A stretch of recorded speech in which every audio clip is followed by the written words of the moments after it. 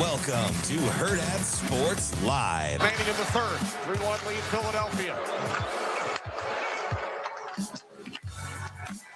Raquel with it once again out for Carlson. Score! Ladar got a piece of it and crossed the line. Second power play goal for the Penguins. They pull to within one. Couldn't get it to go. Cunningham the rebound. Throws it ahead, Duncan Robinson. Robinson, quick release on the three. And a follow right there. So a home playoff victory for Detroit. They win it 98-83. We're all even at one game apiece. That is crushed. Left center field. That's more like it. Seiya Suzuki, key to the game. Right back, and it is caught. No, it's in his shirt. Logan Gilbert wore that one. That was something that you will not see again. That ball is trailed. Mike Trout sends one way back beyond the bullpen. What a blast. Well, you talk about cover the cutter. Wow, Trout.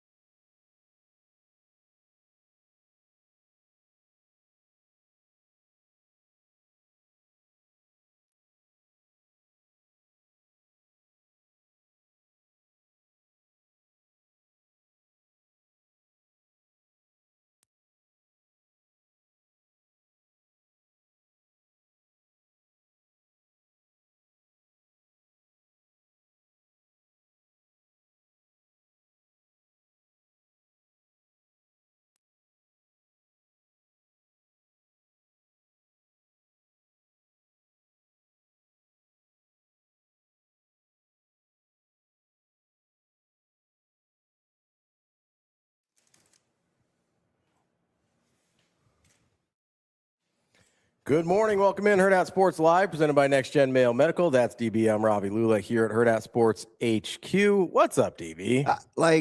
Hey, man, I'm just going to say this. Don't do that again. Don't do that again. Just start the damn thing over. Don't do that again and give me the roll thing. All right. And if you're mad that I said that out loud, that's on you. Don't pull that, man. Don't do that again. Are cool. we cool? Yeah, we're cool. All right. Good morning. It's draft day. Fudge. Here I was pondering life's great mysteries, and what kind of mysteries are we pondering this morning? You don't want to know. I kind of do, actually. You don't want to know. I know you saw some guy with a torn ACL run 18 miles an hour yesterday, and now you're just doubling down. I mean, that came up in my head. It's not as much fun in the rain. Yeah, but I was, especially since I biffed it. I would say you've got a traumatic experience. Yeah, but I'm not wearing those shoes in the rain again.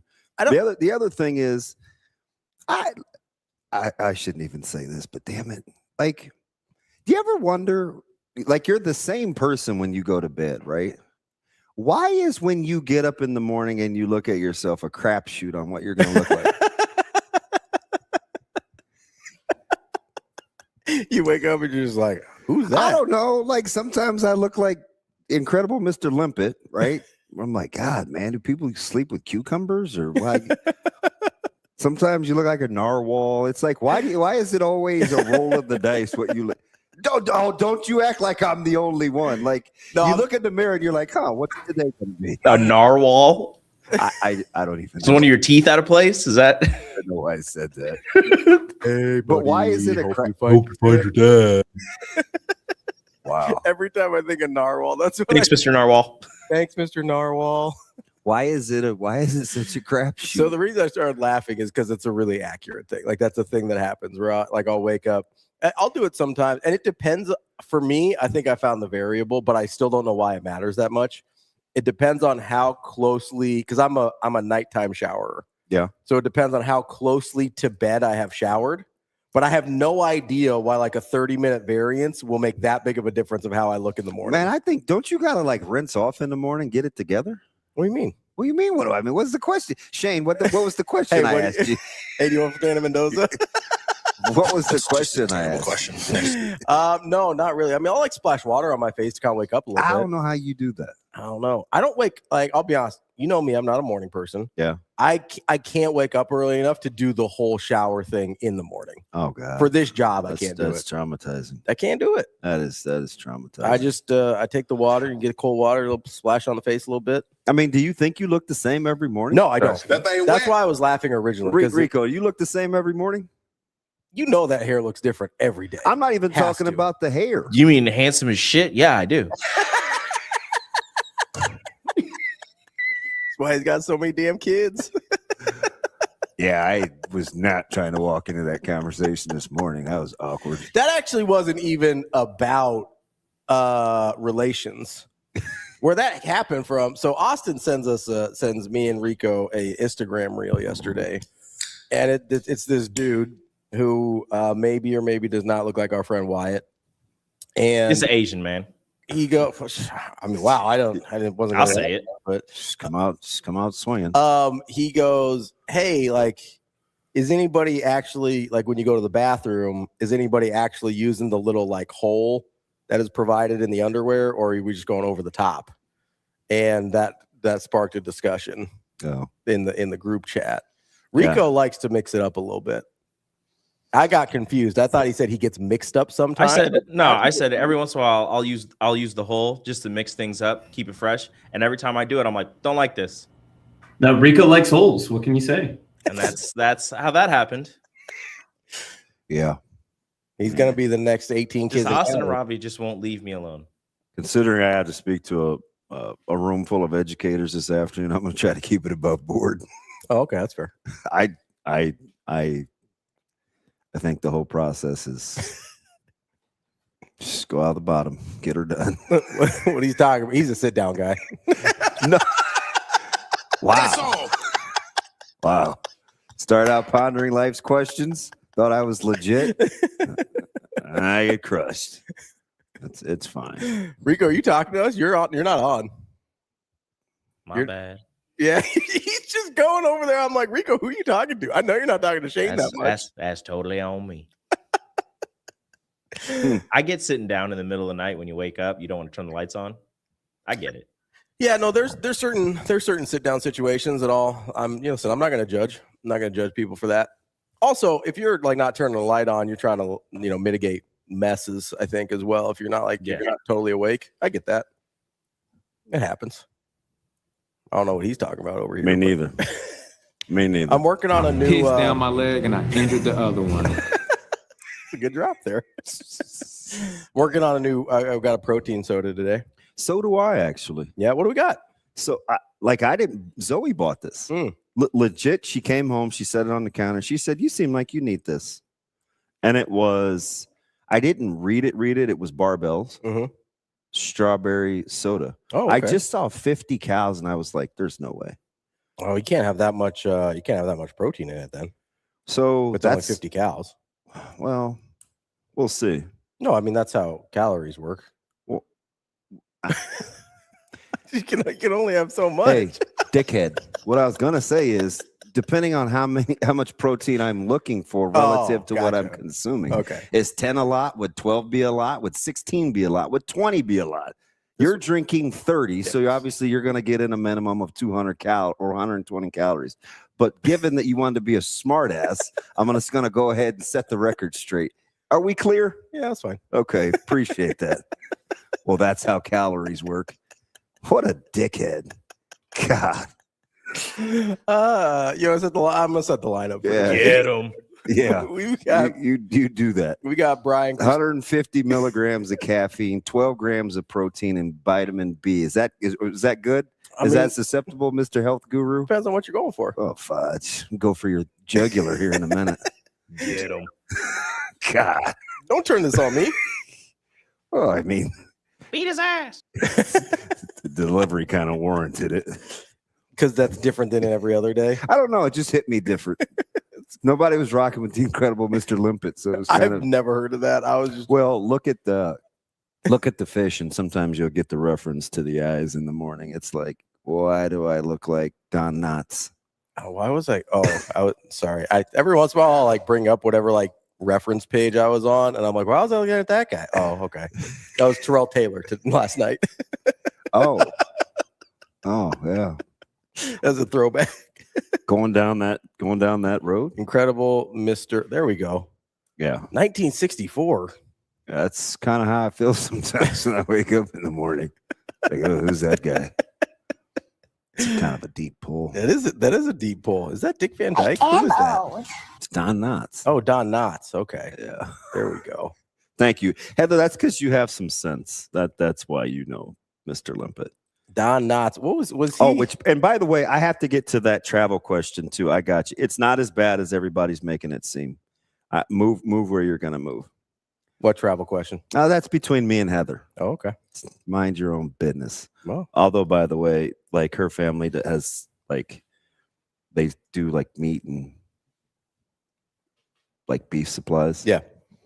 They make some jalapeno cheddar brats. They're without question the best I've ever had. Yeah. I didn't even know they did sausage. And and do you know why you'd like it? Why is that? And this goes against kind of what I believe. I like a little snap. Oh, yeah. You're not a snap guy. No, I'm not. Not at all. You could smell the jalapenos before I even cooked them. Ooh, okay. Through the brat. They were sensational. I don't typically I don't like pickled jalapenos. If they're in brats and stuff like that, I do like them. Like it has a nice flavor profile. But I'm not a big snap guy with the sausages. No, sometimes you have a good smoke or like on a they're beef brats, she said. That makes sense. Oh, so that would explain the texture. Yeah. I do think I prefer a beef brat texture-wise. That would explain the texture. Mm. Yeah. Oh, yeah. I had to get that out. I was like, you could smell. I'm like, wait a minute. Is that jalapeno? I'm a huge jalapeno guy, which, by the way, they have spiked at the grocery store. Price-wise? Yeah. Yeah. What's the Gonna have to start growing those in the old gardenia. What was the price before? I remember seeing it maybe $2.49. Okay. It used to be, $1.19 ish. So it's like double. Yeah, that's aggressive. It's high. Yeah, we're getting out there. Dude, I saw grapes yesterday for $5.99 a pound. I was like, yep, those can stay in the store. I'll be honest, I don't know the last time I bought grapes. Do you buy fruit? Natasha does. I'm usually not involved. So what do you do around the house? What's that? I mean, how many times I could say I had to plumb the toilet? Well, Natasha does. I mean, like, what do you do? Well, neither of us plumb the toilet. We call a guy. Well, I have a plunger. I know how to use it. I arrange any service people that have to come to the house. Ravi makes the phone calls. I do. She doesn't like making phone calls. So I do all the phone calls. I do all the financial stuff at the house. I do. Does she consume the sports for you? No, she doesn't. That would be funny. She writes a rundown for him after every sporting event. Hey, how does this look? You know what hers would be like? It's like sports ball team in blue beat sports ball team in white. Sports ball team in white was sad. The end. What would she say if you just dropped her in and you said, "Hey, Natalia, aka Natasha, what do you think is watching this guy Shea Gilgeous-Alexander?" Would she say, "Oh my gosh, why does he move like that?" She'd be like, "Is he having a seizure right now? Is he okay?" Man. Just be like, "Why does he fall down every time nobody touches him? Is he okay? Is this some sort of sort of charity basketball game where he's the Make-A-Wish kid? Like, is that what's happening right now? Is everybody in on it? Is this one of those things you see on like TikTok where it's like, oh, the team manager gets to shoot a couple shots. Yay. We're all going to pretend like that was a foul so he can get points at the free throw line. Yay, Shay. You did it, buddy. That's probably what she would say. Because she's as mean as I am. Let that shit sink in. That's maybe I'm projecting a little, but I think that's what her reaction would be. Like he's real flippity floppity for a guy that is supposed to play professional basketball. All right. I gotta know they allowed fish in this game. Tell me how you really feel. Yeah. She'd be like, "Oh, that's Mr. Limpet out there. What's happening?" Wait, whose dialect was that? I don't know. Whose tone was that? I don't know. That wasn't me or her. I don't know who This that dude was. is just constantly telling on himself. You're not a nice person. I think I'm really nice. Oh man. Yeah, I think that would be her reaction to SGA. Would she prefer soccer or hockey or basketball? Like what's her eye like the pace? She would prefer whichever has the best soft pretzels. I don't mean being in attendance. Oh, okay. I'm gonna be honest. That's when I go to a game and she doesn't get to go, that's the first thing she says to me is like, "Oh, I wanted a soft pretzel." And I'm like, there's restaurants that have those. We can go later if you want. Juan, why do you want to do it? Juan said he's considering doing an observational study on me. I'm not the weird one. Why me? No, I don't. Why me, Juan? She likes attending. She likes going to like Storm Chasers games. She's enjoyed that. I think the pace of baseball is kind of her. Like she's just chilling outside, laid back. Yeah, She liked being outside. she likes being outside more than I do. She likes being outside. She kind of likes nice weather, being out in the summer. Are you a big "it's hot" guy? No, I'm okay being out. It's not that. I'm not, unless I have a reason to be outside, I'm not probably going to just be like, "Oh, I'm just going to go sit outside for a while." Oh, fudge. That's all I do. Yeah. She'll do that too. She'll go outside and read, she'll just go outside and chill with the dogs. You guys come across any deck furniture that looks affordable and relatively clean? Oh, I got a place for you. Is it a secret? Yeah. Okay. I don't want anybody else to know because there's some Right now I'm down to 2 chairs. Yeah, I got you. And I'm the guy that like just put the paddings under the thing so that it wouldn't get rained on. Like I care. Well, no, you got to. You can't. Once the padding gets rained on, it's ruined. It's gross. It gets all. Well, it's not so nasty. much that. It's much that I may need to sit on it today. Oh, well, if it gets rained on too much, like it ruins those things. Yeah. It, like dissolves the padding in there. I need some. Hey, Joe Good, where you been? Maybe he was on a little vacation, Where'd he go? Hiatus? I don't know. Maybe he has a break from school, so he wasn't listening. Sick of us? No, that can't be it. Oh. Dude, you're so irrational. It's funny. Coach Rhule did ask me a funny question. What'd he say? But like, is he kind of closet out there? Yeah. What do you mean by out there? Yeah, not the closet, huh? So yeah, he is pretty different. I feel like I'm very much what you see is what you get. Flaky Jake, I can't do anything, but I am getting better. Micah fixed the garbage disposal. Oh, did he? That's pretty good. Unbelievable. Yeah. Did you YouTube that thing? I shattered it. So a glass is really hot. Mm-hmm. I was melting like some butter and stuff, and it wasn't like super hot. The oven was on. I wanted to pour the butter, so it had like seasoning in there, and the glass got pretty hot. Yeah. So after I put it on what we were getting ready to the steaks, I washed it in the sink. That joker said, exactly. That's how it sounded. That's pretty good. Like the temperature change shattered it. That's really good, and it was like my snifter. It was like a good glass. Oh. Now, it had no business being my butter thing. I was gonna say. I didn't want to dirty another dish. Yeah, we're just using this thing here, I guess. I just told on myself. I didn't want to get another dish. So I was like, I get it. And it was real grindy in there. So I was getting out the pieces, and I got the big chunks out, and the thing just shut her down. Yeah. He's like, hey, where's the thing that's shaped like an L that you don't like? I said, oh, the old Allen wrench. Oh, yeah. My man pulled the door open, got under there, reached for a few things. He's like, gave it a couple cranks, fired that thing back up. He's like, yeah, I've done this before. I was like, no, he probably did it at his mom's. Oh, gotcha. I was like, yeah, going around fixing people's garbage disposals for no reason. Hey, listen, that thing shattered though. Yeah, no, that's rough. Yeah, that's tough out there. It's what I get for Exactly. I mean, I would have had to call I somebody. was for not a scratch. Yeah. Shattered right in my hand. Well, that's good. At least you've been messing your hands up lately. You got to be careful there. I know. My buddy gave me. We were eating yesterday, and he gave me an electric box cutter. Oh, that seems dangerous. No, it is. No, I get next the next to the vacuum sealer. It's Yeah. one of God's great inventions. Wait, so what does the electric box cutter sound like? It's very quiet. Okay. But is it like a hum? So he likens my affinity to vacuum sealing to him tearing down boxes. They kind of therapeutic. You one of those people that get a lot of stuff that arrive at your house? Yeah. Yeah. So am I. But nobody's as bad as my mom. Nobody.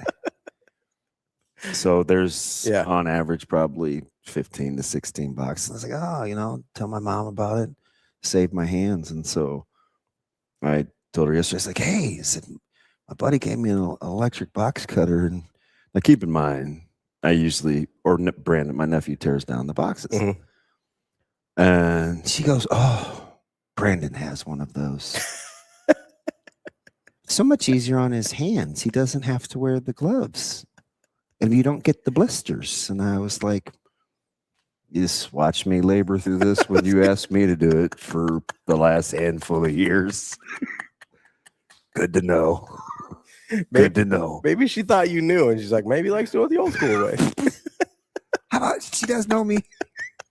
I couldn't believe it. I was like, all right, goodbye. You're like, well, I guess Brandon is breaking down your boxes from now on. Yeah. Oh, he's the golden child. He is the best. He's the best of the bunch, though. It's fine. He earned it. But yeah, so it's a singular handheld. Yeah. And I won't tell you that I couldn't, how Flaky Jake just said I'm not very handy. Mm-hmm. So he gave it to me in the box. Yeah. And it's a little handy thing. It was already charged. I think he wanted me to use it right away. Yeah. And I didn't pretend. I tried. He's like, here, give it here. I was like, oh, don't use the case. Use the box that it came in. Mm-hmm. So he just grabbed it. He's like, I was like, oh, sweet. I was like, let me try. Didn't go like that. No. I tried again. And it's kind of embarrassing because he made it look really easy. Yeah. And he's super kind. Yeah. But he gave me one of these. I'm going to try to do this for the camera. So I can't get it. And he looks at me with this look and he goes,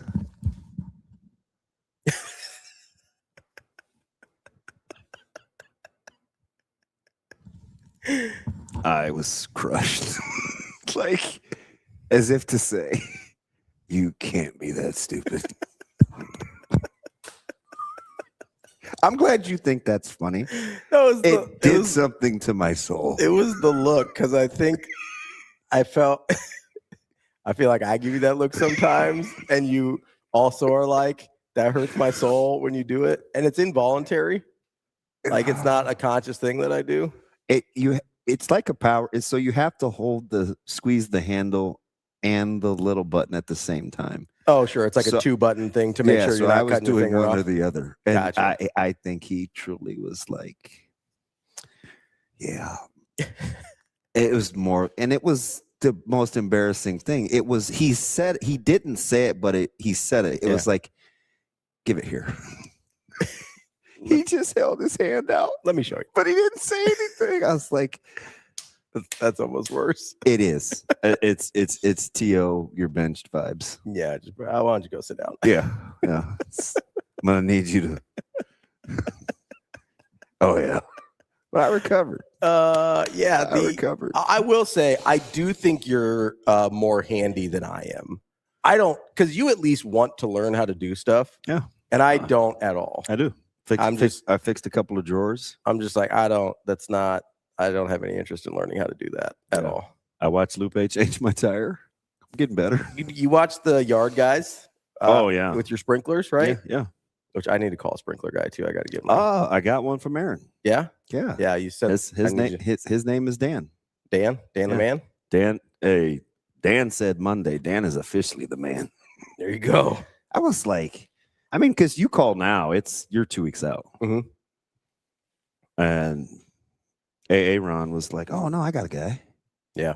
I've had the same guy for X amount of years. I was like, can you Help me. Can you help me?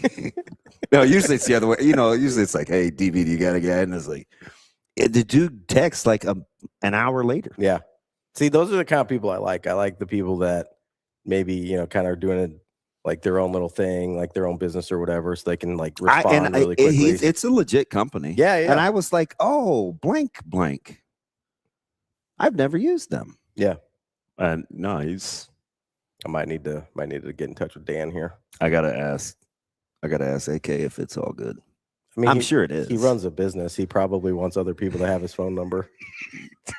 If I had to guess. See, look see that. Look. I mean, why are you trying to gatekeep somebody's business from me? What are you doing?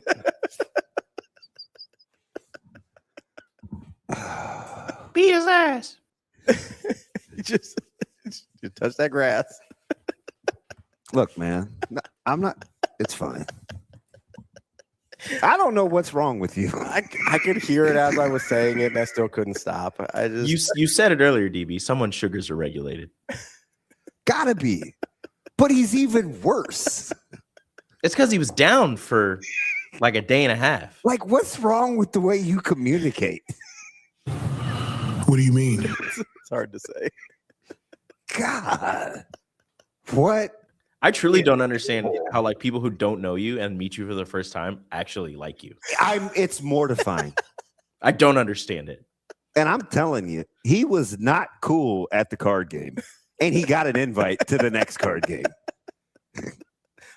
I don't get it. I've been around you long enough that it's like, yeah, it's funny. It's Ravi. But like if I'm to help him out, right? Yeah. We all heard that conversation. Yeah. You weren't mean the first time I met you. I mean, basically, like DB, the dude's for profit. Cough up the number. Yeah, listen, man. I mean, I didn't know why you got to ask somebody's permission to like help out a business. You know what I mean? Oh God, that's what I was trying to figure out. No. Deep breaths. It's about 7:30. It makes me irrationally angry. It's incredible.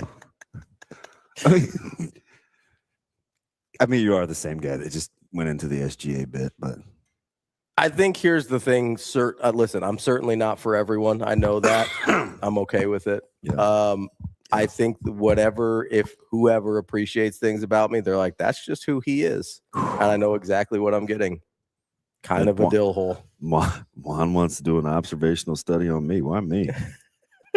Rhule's going to be shell-shocked. He ain't going. He said, I think Ravi's a fantastic communicator. When I met him, he was very nice. Maybe one of the kindest people I've met. See? Juan used to be on my team, but now Juan is kind of he's getting away from me again. Been gone too long. I think I'm a nice person. I don't say nice things very often. Yeah. So there's like, Do you want to go back to the whole protein thing? Like deep down in my heart, there's a nice person. That's how in calories work. I wasn't sure I wasn't sure where you were going. I wanted to make sure you didn't get a little confused there. I've run into people that are like, oh, this has 30 grams of protein and it's 12 calories. I was like, nope. That's not it. Not how protein or calories work. So what do you call your other personality then? If Damon's is Kenny. It's not another personality. It's just you got to get. It's pervasive and it's in his core. He's rotten. You got Tyrone. Jesus. God. Wait, how did you say that, Austin? Tyrone. Oh. You sound like you're answering a Jeopardy question. Yeah, what is Tyrone? He's a person, man. Damn. No, I don't think there's two separate personalities. I think I'm a nice person. There's just a lot of exterior things that you got to get past to be like, oh, he's not serious about that. But I do think it's funny. Like if something's funny, I'm going to say it no matter how mean it is. But I don't mean it. You know what I mean? And I thought I was in a relatively good mood after what the Pens and Flyers did. You seem like you're in a great mood until, we had some some technical difficulties, and I think that's the problem here because I'm like this every day, and normally I shook the technical difficulties off right away. Normally you respond a little differently, but sometimes when like you're on edge already, then my particular brand of personality doesn't always sit right with you. And I didn't think the Pens were going to win the series, but I definitely don't want to see them playing like this. Yeah. And I also don't want to see Gritty beating up Penguins. That's not very nice at all. Dude, well, I mean, this is a brawl. Yeah. Which one was I watching? I think the Lightning game I was watching the other day where Canadians? Yeah, where they broke out into it was like 5 separate fights for like an extended period. It was like for like 4 minutes. It was a quarter of dinner. Yeah, I was like, I thought they kept replaying the same thing because my back is to the TV. Yeah, I was like, hey, and the refs would like get in there and then they let it go, and then I was like, hey, is they gonna stop this at any point, or we're just gonna keep letting it go? And then guys would separate and then come back together. Our guy Jake Gensel was in there. Yeah, Jake and Beck, he might get another title. Yeah. What do you think, Shane? I know they're in the wrong conference for an Avs fan, but what do you think? I think that conference is a little easier than the Western side. Is that right? I think so. But you guys are the hockey experts but here. That series right there that's a tough series. That is, especially for an opener. Yeah, it won't be easy. Are you ready for the draft, Shano? Yeah, I think so. Do you want Fernando Mendoza? I do want Fernando. Damn. I'm just look. You see how quickly he answered now, though. Like, yes, I do want Fernando Mendoza. I like that, Shane. I want, and I know, and everybody's going to bring Jamarcus Russell up and all that stuff, but I want the best draft pick. Listen, everybody's had a bust on a first round QB. That was a totally different. That's the same team, but it was different guys running the team. So, I mean, we did draft Kenny Pickett, Trey Lance. I don't know. Mac Jones. Hey, Mac Jones. Mac Jones took us to an AFC champion or to the playoffs. Does he need to be your spokesman? No, Mac Jones took us to the playoffs in his first year. That's not a bust. He's the backup quarterback in San Francisco. This guy didn't even like Brock Purdy. Don't let him do that to you. I like Brock Purdy. Now Brock Purdy's good. I don't $50 million like Brock Purdy, but you like winning? Yeah. Well, that $50 million, you're going to win a lot more than you lose. I don't know. Mac Jones did some winning for the 49ers last year too. So and yes, see. The Raiders do need offensive line guys. I say the other 4 or 5 picks that they got just go all offensive line. It's a deep offensive line draft too, so you'll have some chances. It's a really like good you'll have opportunity. You don't have to go offense. Like there's probably, there's nobody on the offensive line I'd probably go 1-1 with, but there's a lot of guys you could get second, third, fourth round that you'll be able to start and play. How crazy is it that a team like the Chiefs drafts in the top 10? Yeah, they're 13 now, right? They traded out. I think I thought they were. Or are they 9? Are they 9? Oh, I was looking at a mock where they projected. Yeah, trade out. They're still holding the 9. Yeah. So I'll be really interested to see what they do there. Like, they need to fix their offensive line, but you could do that later. Yeah, right. Yeah, you can. I don't know that you want to do that at 9. If does Downs get to 9? There's some places that he's projected to get into like the 9 to 12 range. The last one I saw, I think they had him taking Bain. Kansas City. Yeah, they're gonna have to trade up to get Bain. Bain doesn't naturally get to 9, in my opinion. I hope not. I've been trying to figure this out. I get the measurables and whatever. No, you mean you get the arm length? Yes, it's literally just the arm length. Yeah. I get that is a concern, and historically that hasn't always gone well, but I think he's one of the best players in this draft. I don't think it's that close. Like if I'm just going best players in this draft, I'm going in some order: Downs, Bain, Styles, Fano on the I don't want to offensive put line. that in your. No, you're right. I wasn't thinking about offensive line. That's a good pull. And like I like Jeremiah Love. I don't know if I love Jeremiah Love. It's a good point, Lee. It's a fantastic point. What did he say? I can't have my own poker things. I can't have my own Coach Rhule dinner. And now you want my sprinkler guy. Yeah. What you said, Lee. Air high five. Fine. I'll go find my own sprinkler guy. I was trying to support people that you knew. All right. I just quasi met Dan. Aaron is my real guy. I met Dan through Aaron. All right. And we have this thing, like we don't share unless we have permission. Okay.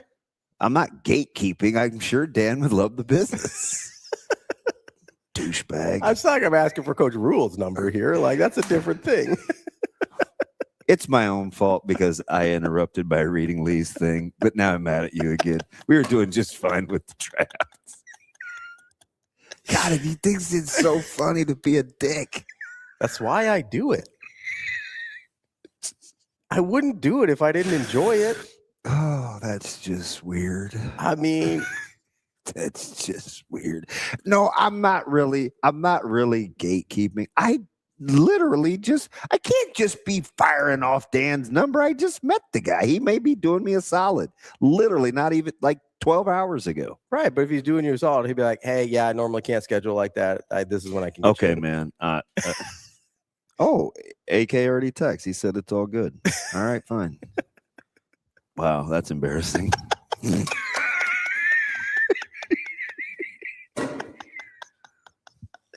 Yes, please give my for-profit friend in business other potential customers.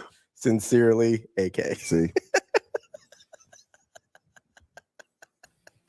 That was unnecessary.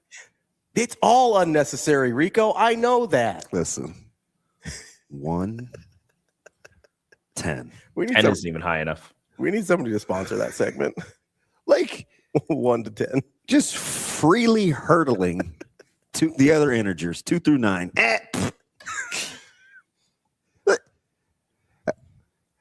You don't even know Aaron. No, I don't. Oh, yeah. Here, my friend, blah, blah, blah, for a profit. Thanks. There. Like, you just turn it into a full-fledged bit. Yeah. It's cute. I'm glad everybody else is humored by your idiocy. I'll be honest. I do it for my own humor. Of course you do. It's mostly for me. If other people enjoy it, then of course that's a bonus. Yeah. I'm selfish. You know this. I have to. It's like, damn. Yeah, he's a jerk. It's no question. You'd stand up on that one and get some more grass. Let's take a little break. We'll take a little break here. We'll get we'll give it a minute. Let DB regroup. I know, unfortunately, we don't have a shower in the office. You can restart your day, but we'll do our best here. You can touch some grass, and we'll get to. I don't even think I ended up setting the lineup. We got Mike Hurd, Omaha baseball coach, or finally, Omaha softball coach. I'm not even going to kid you. I've always been a little intimidated. Well, yeah, there's a whole family there. Well, and he's no nonsense. Kind of intimidating. Yeah, no nonsense. We'll talk to Mike, Coach Hurd at 8, Omaha softball coach at 8:45. Of course, we got Brian Edwards from Major Wager. And then at 9, it's Michael Bruntz from Husker 24/7. That's DB. I'm Ravi Lulla. We'll be right back. More Hurrdat Sports Live.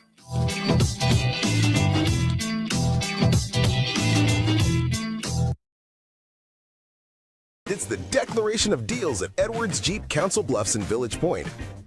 Lease the 2025 Jeep Grand Cherokee Laredo 4x4, 0 down, starting at just $349 a month for returning lessees. Shift into spring with deals this good only at Edwards Jeep Council Bluffs in Village Point, or lease the 2026 Jeep Compass Limited, 0 down, starting at just $299 a month for returning lessees. Don't wait. Declaration of deals won't last. Get to Edwards Jeep Council Bluffs in Village Point.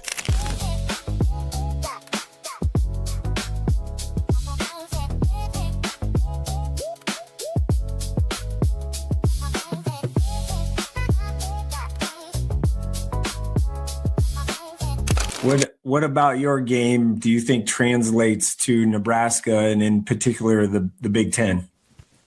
Yeah, I mean, I think that was a big thing. I think a lot of the players that play here at Nebraska are very smart, and I think I'm a player that kind of can just fit in with that and can, do what they need me to do. I think as a point guard, I'm definitely, I'll say a pass first point guard, but I'll do whatever the team needs me to do. And I think the pieces that are already here with the shooters and the playmakers, it's pretty awesome. And so I think that's something that I'm excited just to get out there and practice. And honestly, just to see some of these guys shoot, like they're legit, and to get out there and just to play with these guys that, I mean, I know I can just hit them in their spot and they're going to feel comfortable letting it fly. And that's going to be a lot of fun for me as a point guard.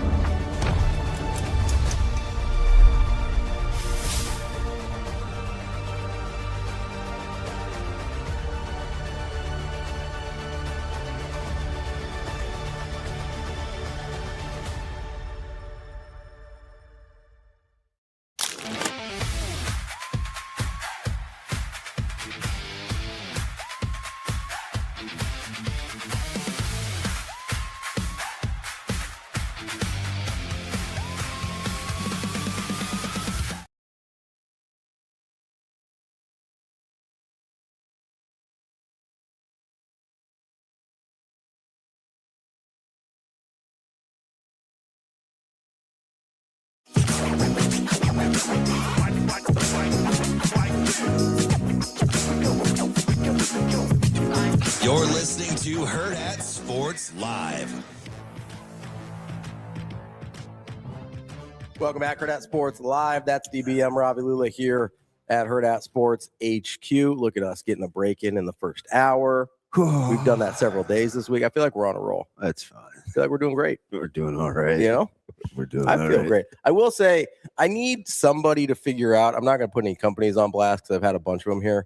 I need somebody to figure out how to make a protein soda that doesn't have the aftertaste. Yeah, it's tough because I think you're getting – so the ones that I used to buy, right, that had the 30 grams, it got a little milky down the stretch. Yeah, well, yeah, there's the whey. You can taste like the whey flavor on the aftertaste. There's just I need somebody to figure that out, man. This I'm not sharing at all. Yeah. But this is fantastic. So it might be that the 30 is too much. Like you might be able to get away with like a 15 or a 12. Yeah, 30 is aggressive for a drink. It is, especially in like what is this, a 12 ounce? You need a swollen chicken breast to get 30 grams. Yeah, no, for sure. You know what I mean? So it might just be that that's too much for that amount. I mean, getting 30 in a can is wild. Yeah, it's pretty aggressive. That's pretty aggressive. So maybe I need to tone it down a little bit. Yeah. I saw one though that was advertising itself, same place that I bought those at, which looks like the office is going to get a gift with the rest of those. Because how many did you bring? Well, I only brought the one, but they I got it at one of the warehouse stores, so it comes in a case, and I'm not going to drink 14 more of those. That's an odd flavor to be to heavily consume to begin with. It tastes like the Bomb Pops. Oh, I like Bomb Pops. God, you're a child. Bomb Pops are dope. I don't know what to tell you, man. Bomb Pops are gas. People make fun of Sauter for his diet. No, I was trying to grow up. I brought some burritos today. I didn't have time to warm them up, but I brought them. No, and that's a good brand. Yeah, no, I've had those before. Those are good. Yeah, those good macros. Yeah, you got a good amount of protein in them. That's why those are the ones Micah rocks with. Yeah, no, they're pretty solid. They taste pretty good. The problem is I don't like heating them up at home and then bringing them here because then they get cold and they're not easy to eat in the car. Mm-hmm. And so now that we have a microwave because we're at HQ instead of over at the sports bar. Now I'm like, oh, now I've got a microwave I can use these on. So You can't eat a burrito in the car? If you get a little messy, man, like I'm not trying. You can't eat a burrito in the car? I don't like to. I don't want to. I'm not trying to eat a burrito in the car. Yes. All right. That's like the most car-friendly food, but sure. Those ones are like pretty stuffed though. Like you get some spillage. I'm sorry that you can't eat. No, there's no mustard on it. That would be disgusting on a breakfast burrito. Anywho, Austin, I'm not turning on a burner at a restaurant to heat up a burrito. They didn't have microwaves at the sports bar, which I think is a good thing, personally. I need the attitude over there, AJ. Coward. Well, you want me like? I wish I just had somebody to talk hockey or basketball playoffs with. Oh, let's talk about basketball. I like hoops. You want to talk about SGA some more? Hey, so Rico, would you enjoy playing with Dillon Brooks? Absolutely not. More than I enjoy playing against Dillon Brooks. Yeah, he's probably one of those guys where it's like you hate having on your team, but you hate even more playing against. Yeah, he's not even a guy you like having on your team. It's just like this is better than the alternative. Because like obviously he's really good at basketball. He's in the NBA, but like he's pause. Oh, I don't know that he is really good at basketball. I would like to. He's all grown up. I don't know if you know that. I would like to dispute that claim. I didn't. You know who used to do that all the time? Who? Strickland. Oh yeah, Pause. That's a total strict thing, for sure. No, I would like to. I understand, like in the world of human beings, he's good at basketball. Yeah. Within the realm of the NBA, I would like to dispute that he's good at basketball. But that's what I'm saying. Like he's good at basketball. He's in the NBA, but like he's not like in NBA terms a good NBA player, a good basketball player. Like I guess I never really looked at him shooting a basketball. It's bad. Why does he do that? I don't know. Why did nobody fix that at any point? Yeah. Like it looks really bad. I mean, it goes in sometimes. Not as often as he thinks it's going to. No. And he just like takes the ball and is like, I'm going to score. And I'm like, hey, dude, you have Devin Booker on your team. Like maybe give him the ball. Yeah. He's one of those people. So this is what happens. This is what happens when you have guys that have irrational confidence that don't have the skill to match it up. Like this was a lot of my problem with Russell Westbrook, where it originated was he thought he was better than Kevin Durant. And so he would take shots that Kevin Durant needed to take. And so I was like, hey, Russell Westbrook, you got to have a little self-awareness here, bud, that like when it comes to getting a jumper, KD's probably the man for that situation. And if it's not KD, it's James Harden. And then maybe you, if those two guys don't get a shot off. That's the problem is Russell Westbrook is much more talented than Dillon Brooks. So when you put Russell Westbrook's confidence into a Dillon Brooks, it looks like that. And I'm not a fan. The irrational confidence thing, there's a lot of guys. Oh, for sure. I mean, that's probably the only reason he's in the NBA. I get it. Like I don't know how we always talk about irrational confidence. I don't know how you think people perform at a high level without it. No, I get it. I get it. But I feel like there is a balance between irrational confidence and self-awareness in terms of like role acceptance, right? Like if you don't have enough self-awareness to know. I think you just have to start with the self-awareness because even Jamal Crawford or Sixth Man of the Year has got tremendous confidence, but he does understand his He also role. has incredible self-awareness. Like this is my role. But I think you start with just the self-awareness. For sure. And I think guys like Dillon Brooks don't have enough self-awareness to even out their irrational confidence. That was, again, when you're not as talented as Russell Westbrook, it's a lot harder to get away with. Now, obviously, he's been in the league for a hot minute, so it's worked out okay. But I also think he would not be a lot of fun to play with. I don't think Russell Westbrook would be that much fun to play with either, to be fair. He goes for 20 a night. Yeah, he had a career year for scoring. I think it was like 14 14, 15 most of his career. Like 20 nights, like that's a good night. It's bully ball though. Like it's lower your shoulder, get in there. Yeah, part of it for me is aesthetics. I don't like how he goes about it. It's, I am very much, hey, I want it to look a certain way. So I understand that's partly a me problem. But part of it too is, if I recall correctly, I'm trying to think of what series it was. I'm pretty sure he was involved with Klay Thompson in one of his injuries, and so I have an irrational hate for Dillon Brooks. Oh yeah, I think he's the ACL. If I remember right, it took me a long time to get over the whole Creighton thing. Oh, with North Carolina, North Marshall. Yeah, I remember that. So no, I get it. Yeah, it's so I think there's a lot of that for me too with the Dillon Brooks. Is like I think he is responsible for some injuries that if he wasn't an a-hole probably wouldn't have happened. Look how Bruin Steve did. I know. I saw that. That's tough. You know, he's the screenshot king. You know, like that's cold blooded. He's gonna get you. But that was how he looked at me though. As you heard on break. Yeah, no, it's super cool dude. I like him. You don't even know him yet. I know, but I'm a fan. Because I am. Well, he seemed like a good guy. Nah, he is. Also, he answered my question very quickly about getting Dan's number, so I appreciate that. Back to the whole Dan thing.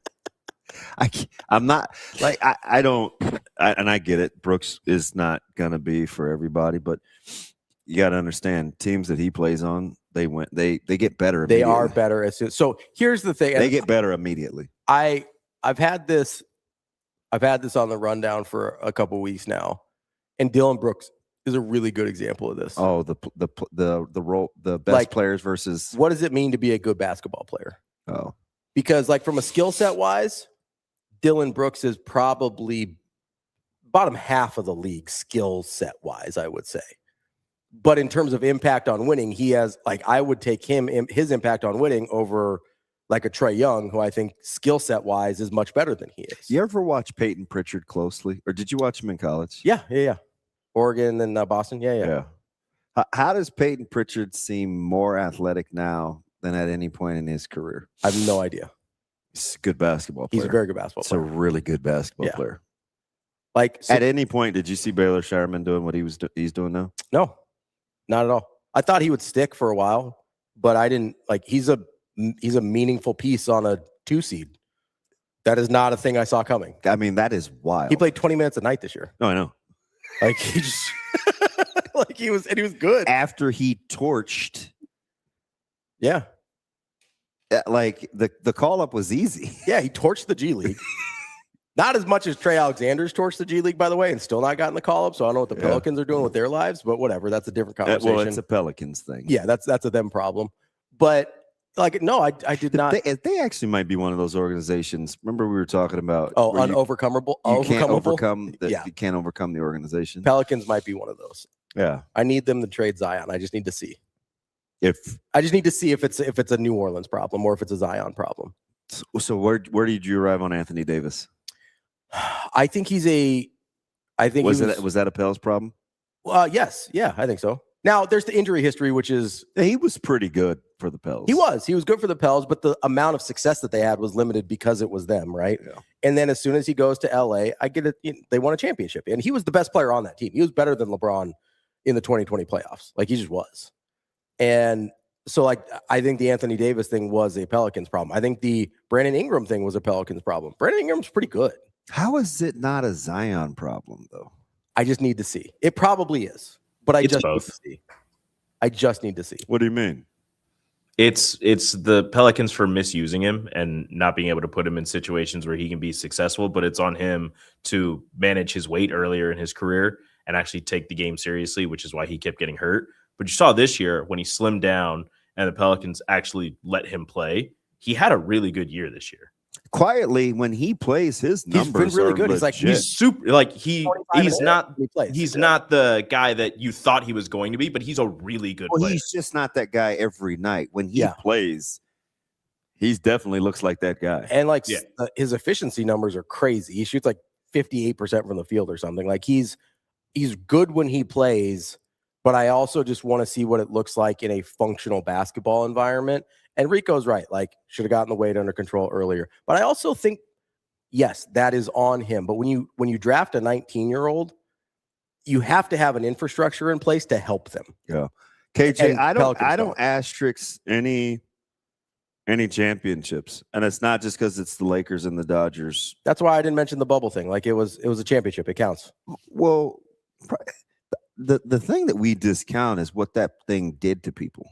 Oh, yeah. It was you could make the argument that it was a harder championship to win than any. And for some people, like, they didn't recover for a little bit after. Yeah, like being isolated that way was not easy for anyone. You saw people go crazy and go to strip clubs in Atlanta and be like, well, Paul George was, I mean, maybe he's not a great, I like Paul George more than most. But he was struggling. Yeah, that's where the anxiety started. Yeah, like I think for a drug that he got popped for. I think there was a lot more challenges. And also, like, let's not discount how hard it would have been to have stopped a season for months, pick back up and be like, all right, time to go, without really missing a beat. Like, the Lakers did a really good job of that. And there's a decent chance. Or playing in front of me, you, and Rico, or having your family shuttled in and out, or not known. I mean, it had its own unique set of challenges. I definitely don't asterisk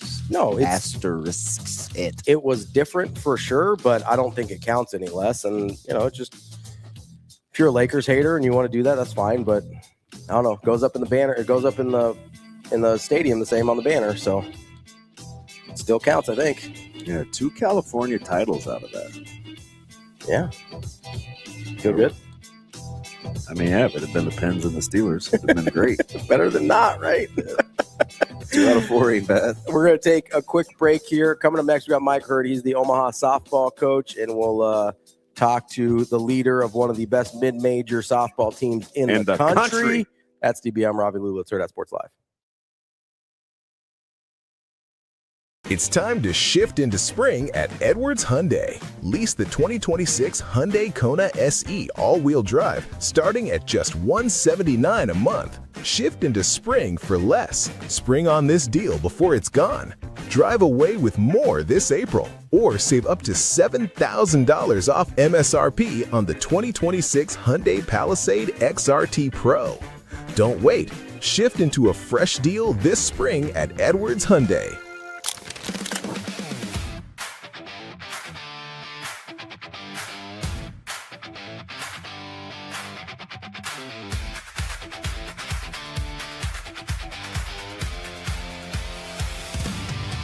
Yeah, and Creighton's playing really well right now too. So, and if you go back and you look at the history of they just celebrated a national championship this weekend.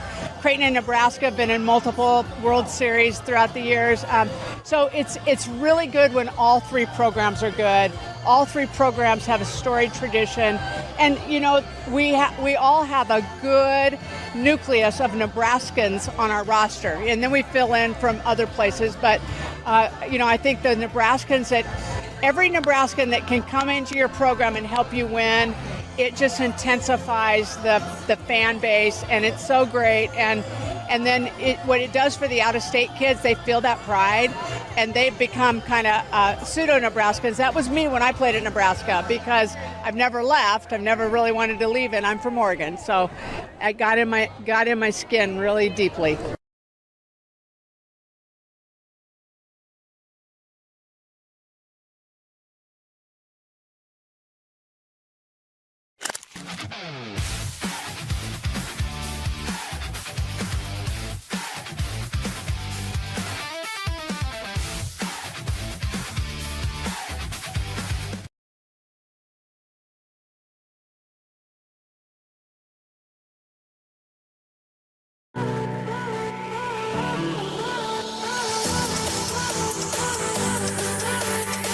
Welcome to Hurrdat Sports Live. This ball is hit through the ground on the right side, base hit. Waved around third is Solachik. The throw cut off, and she'll come in to score, and it's 7-3 in favor of the Mavs. Swung on, hit well, towards right center. Will it carry? Yes, it will. A 2-run home run for Katherine Johnson. One ball, no strikes to her. Jensen's 4th pitch is driven deep, left field, really deep, and gone.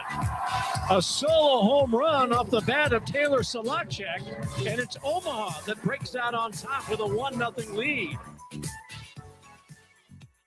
Welcome back, Hurrdat Sports Live, presented by Next Gen Mail Medical. That's DB. I'm Ravi Lulla here at Hurrdat Sports HQ. We are joined now by Mike Hurd, the head coach for Omaha Softball. Coach, how are we doing this morning? Good. How you guys doing? Coach, listen, I joke with these guys because you come up a lot for a guy that we haven't talked to before. I think our listeners know I have this weird affinity for you. I told the guys this morning, if I get a little weird during the interview, it's on me, man. I know you don't always enjoy like the whole media circus and stuff, man, but we had to pull the trigger, man, so we appreciate you. This is awesome. I listen to you guys every morning. I love what you guys are doing right now. Do you find it odd that we have such an affinity for softball? I think it's growing, right? I hear that more and more out in the community all the time. I think it's growing. So people are kind of catching on that it's a pretty fun game. So you've been head coach for about 5 years now. Like, when did you realize, I assume it was before you took this job, but when did you realize like how good the youth softball in Omaha and this state was? Like when did that part hit you, or have you always known? Yeah, for a while I kind of came up, a little bit of a grassroots type of resume with me. So I came up and, I coached club ball around here for quite a while. I coached some high school ball. So I've been around that side of it for quite a while. And softball in the area has been good. If you go back and look, softball in the area has been good for a long time. And I think just over the past 10 years, it's continued to elevate. And man, there's so much talent that comes out of this state for such a small population state. There's so much talent that comes out of here. Coach, that's one of the things that I've been amazed by, just knowing your background from youth to high school to college. I won't say dominance yet, but really, really, really, really good at the collegiate level. It's kind of an unusual ascension because somebody's got to give you the opportunities too. Your name was throughout the community forever as a softball guy, but you got a school that's like, okay, that's going to be our guy. We see the vision. How important was that? Because a lot of people want to get guys that can get players. They don't know how to surround those coaches sometimes to be successful. How'd the vision play out for you? Yeah, the process of coming here, a little bit unusual. Adrian was not here when I interviewed for the job. Mike Kemp was actually the interim AD at UNO when I interviewed. So Mike Kemp hired me, knowing that, wasn't sure in 4 or 5 months what it was going to look like. So, and then when Adrian took the job, I think that's when I really started feeling comfortable. He has been so good to work with and to work for, and just the support that he gives. And it didn't take long after Adrian was here to feel like, yeah, I think we can, with the support here, and I think our visions kind of matched what we wanted to do in the future. It didn't take long for me to feel like we could start building something pretty cool. Coach, you mentioned that vision, and obviously it seems like Omaha, maybe more than even some of the other local universities, has started to really put their foot on the gas pedal in terms of trying to ramp up for athletics. You got athletic construction projects going on and things like that. How much has the university's vision changed since you started till now? Yeah, again, go back to Adrian, Chancellor Lee, I think perfect match. I think they came on about the same time. Chancellor Lee came on just a couple months after I had started, and then she brought on Adrian. And, from day one, honestly, I think they were lockstep with each other in terms of what they wanted to do with Omaha athletics. And it's just been a steady climb, I think, in terms of what they've did the past 4 or 5 years. And we got some really cool stuff coming that they've put in place that I think will even give us the opportunity, at least take us to that next level. So Omaha athletics as a whole will be something to watch next couple years, I think. It's so fascinating because I knew this was going to be cool. I'm trying to squash the emotions. I'm a Mavs guy through and through. Easily the most important college in my family.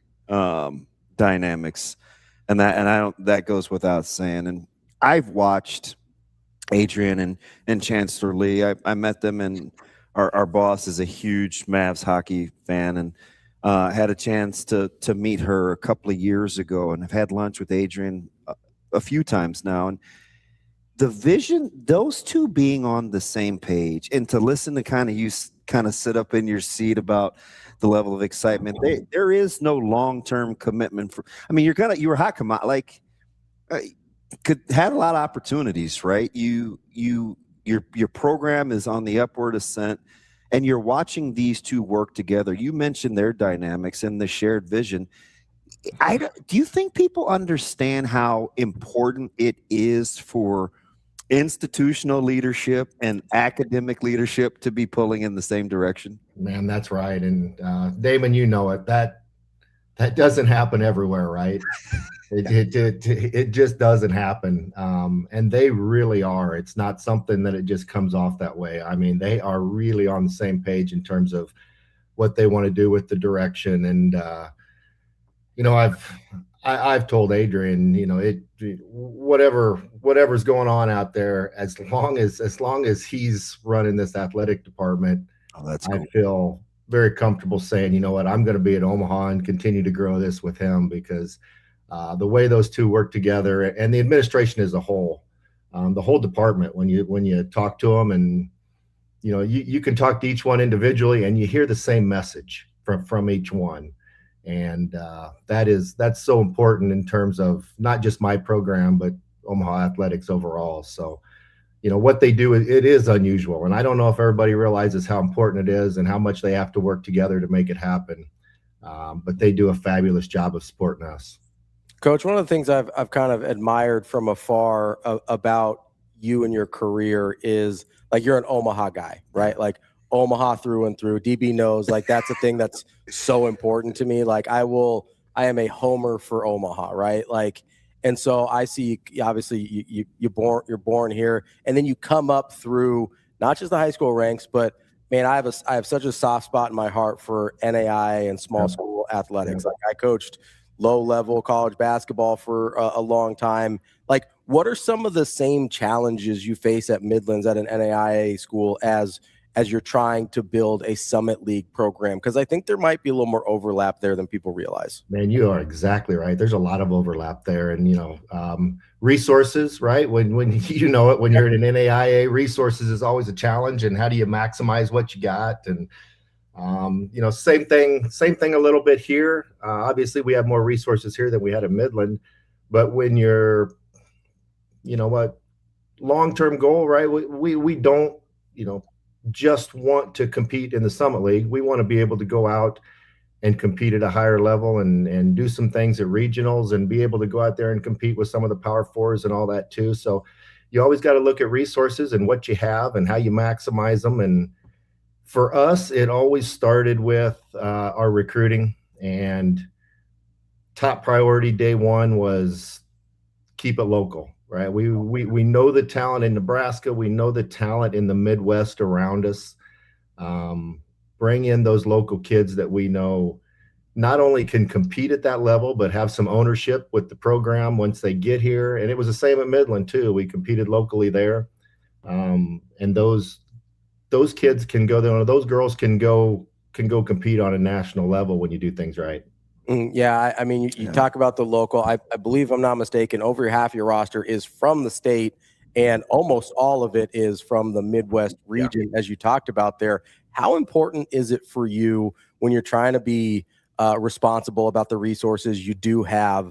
Like, how important is talent evaluation, not just for you personally, but when you're looking at a staff and trying to say, hey, maybe this person's not as highly recruited, but we think they can play at this level? Like, how big is that when you're looking at people to either work with or to bring into your program?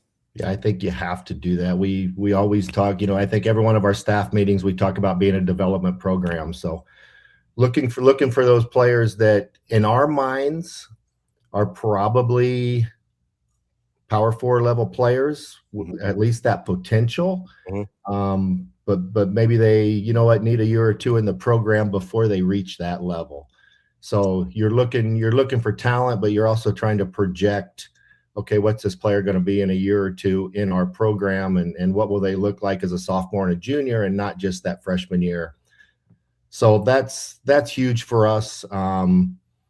And it's also, you know what, we're looking for a certain specific type of player too. It's not just physical talent, it's the mental side of it too, in terms of you want winners. You want players that are focused on winning and not afraid to say we're going to go try to win championships and just put it out there and go after that. And so there's players before that maybe didn't fit that would have been super talented players, but they didn't necessarily fit what we're looking for on that side of it. So it's got to be the whole thing for us. I think you maybe gave me a little insight when you were talking about, excuse me, the consistency of the message between Chancellor Lee and your athletic director and Adrian. And so maybe this is the same for you, but I've watched your style for a long time, and I joke with the guys. It can be a little intimidating, but it's really just direct. You're very clear, like your messages are clear. How long did it take that style to be one that people could gravitate towards, especially considering, you're crossing genders? Like when you talk about recruiting a specific type of player, they have got to be able to, and it's not necessarily a male female thing, but it comes up a ton in terms of how we receive instruction. We were talking a couple of weeks ago, and even just yesterday, about being coached hard and how it's not for everybody. And we weren't even talking about female sports necessarily, but we talked a lot about football.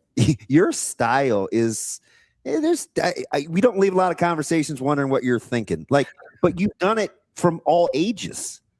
Is it just the consistency of the message?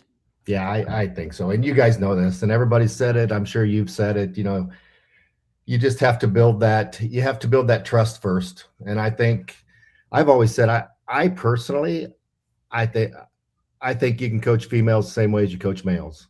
I really do. And I think as long as you build that trust and they know that you truly have their best interest and the team's best interest in place, you can talk to them just very directly and very honestly about things.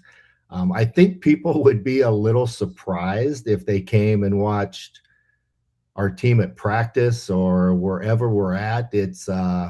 It's probably much more laid back and fun and not near as regimented as some people would think when they see the way I come off. I think there's a real comfort level that the players develop with me and with the coaching staff and with each other.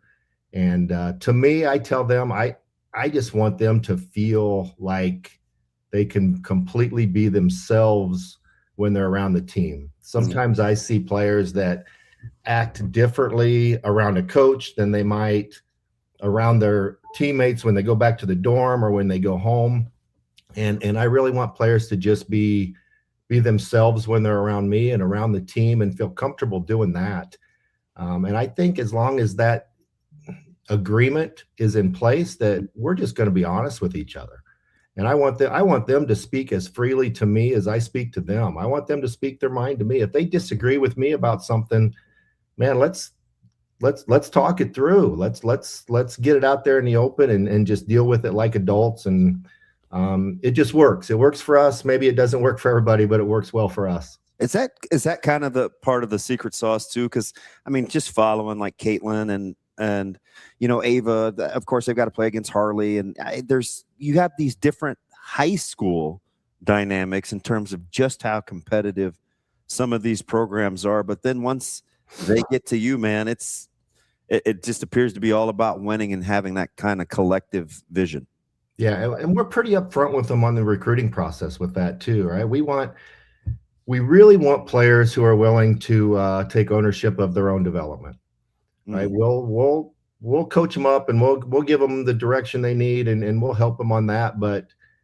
And I think I've heard you guys talk about this before, but a player that needs someone to babysit them and walk them through things every day is not a fit in our program. I'm anti-babysitter.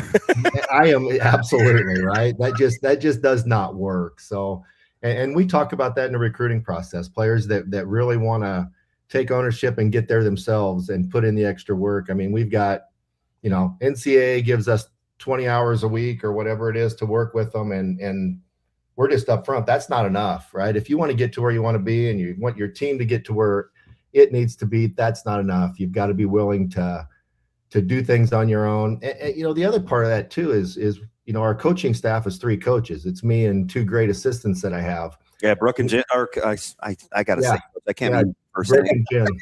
Yeah. Again, both local. Lucky we get the local talent coming back in the coaching ranks too. But we don't have 6, 8, 9 coaches running around practice every day, being able to give hands-on all of the time. So again, that goes back to the resources a little bit. How we maximize it? We maximize it by getting players that want to come in and own their own development. And so we're honest with them in the recruiting process, and we've been lucky enough to get those type of kids. And then once you establish that, man, once the freshman class comes in, it's almost like the upperclassmen take over and just show them, here's how we're doing it, and this is what's expected. Coach, you mentioned something there about building that trust. And when we talk about that, it seems like we almost always think about coaches being able to trust your players. But you brought in a really unique, I think, aspect of that, of players being able to trust you as well in order to be themselves. Like, is that a part of coaching you think is a little underserved? Is the trust going both ways in that relationship? Oh, good point. It has to be that way, right? I don't think you can fully maximize unless it is that way. And that's a process, right? I think that's probably one of the biggest learning curves that freshmen have to go through coming in. And you always see it in the fall when they come in, and it takes them a little while to figure out that, yeah, this is really how it is. We can be ourselves, and we can be who we are, and we can voice what we want the coach to hear. We feel comfortable voicing that to him and voicing that to the team, and knowing that we will listen. That doesn't mean we always agree, right? We talk about that from day one. We're not always going to agree on things, but we're going to be open and honest and talk through everything. And you know what? When you do it that way and you handle it as an adult, I think 99% of the time you walk out of the room on the same page. And if it's that 1%, then you know what, that happens too, and that's life, and we'll work through that too. But 99% of the time you walk out the door on the same page, and everybody feels good about it. I promise you we're going to get to the team specifics in a second, but I like to peel back the curtain a little bit so people can see the process, because you just don't roll the ball out there, and you're one of the top mid majors in the country, and you have this kind of success. So I like for people to kind of see the like, what's the what and how it's actually happened. And I'm gonna go back to your staff, because it is just the 3 of you, and sometimes there's pros and cons to that. It's not a lot of ideas being bounced off a lot of different people, and I get it. Jen, she played at Creighton, and I think she took did you get her from Pitt State or St. Cloud? I did. No, she was at St. Cloud as a GA, then she went to Pitt State. And okay, so how did it form? Like, talk to me about how you put together your staff, because I think that's interesting. I literally called Jen within 24 hours of me accepting the job. She was my first call. I've known Jen actually played for me in club ball. Mm-hmm. So I've known her forever. I knew what type of coach she was going to be, and has grown into. So literally within 24 hours, she was my first call. I think I surprised her a little bit, and I said, hey, not only come home, but move up and let's build this program. And she said, let me think about it here a little bit. And that's cool. And I think she called her parents and talked through it with them a little bit, and immediately, it wasn't long, she called me back, took the job, and so she's been here since day one, and just been awesome. We're on the same page with everything, and then we had a spot open up last year, and same thing. Brooks, a local kid, went up South Dakota State and killed it up there with her playing career, and just knew a lot about her. Didn't know her well personally. I knew her, but I didn't know her well. But I just I knew of her a lot, and I knew what other people said about her, and I just felt like she'd be a perfect fit. So she was my first call as soon as that opened up too. And she took it right away, and it's just been it right now we have a staff in place that's just awesome. I always say I don't do nothing. I don't have to do nothing. I just turn it over to them and let them do everything. All right. Let me ask one more philosophical question before we get to the actual team, because you said something earlier when we were talking about talent evals that I just can't get out of my head, so I got to ask the question. We find this a lot, and I know for a guy that coached NAIA and a guy that's coaching in the Summit League, I know you had to learn this lesson the hard way at some point, and I'm just curious how that process went for you. You talked about super talented players that maybe aren't a good fit that you have to say no to. At what point did you learn that lesson? Because I think it's happened to all of us. Yeah. I don't know if I've learned it yet, Ravi. You go out there and you watch some of them players and it's like, holy cow, they're good, right? And it's hard to say no or not recruit someone like that. Yeah, probably at Midland. I think at that level, maybe even you might even force it just a little bit more when you got a chance to get a difference maker, right? So probably there. And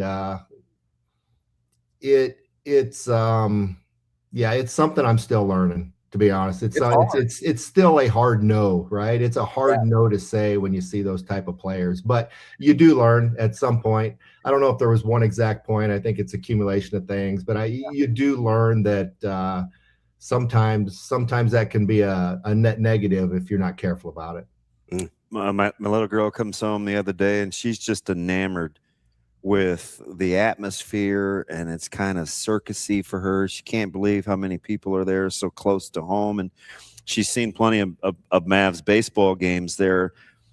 Did you, at what point did you think, okay, this could be a place that could be the standard for what it is that we're trying to accomplish? You've got the facilities. You've already talked about the leadership.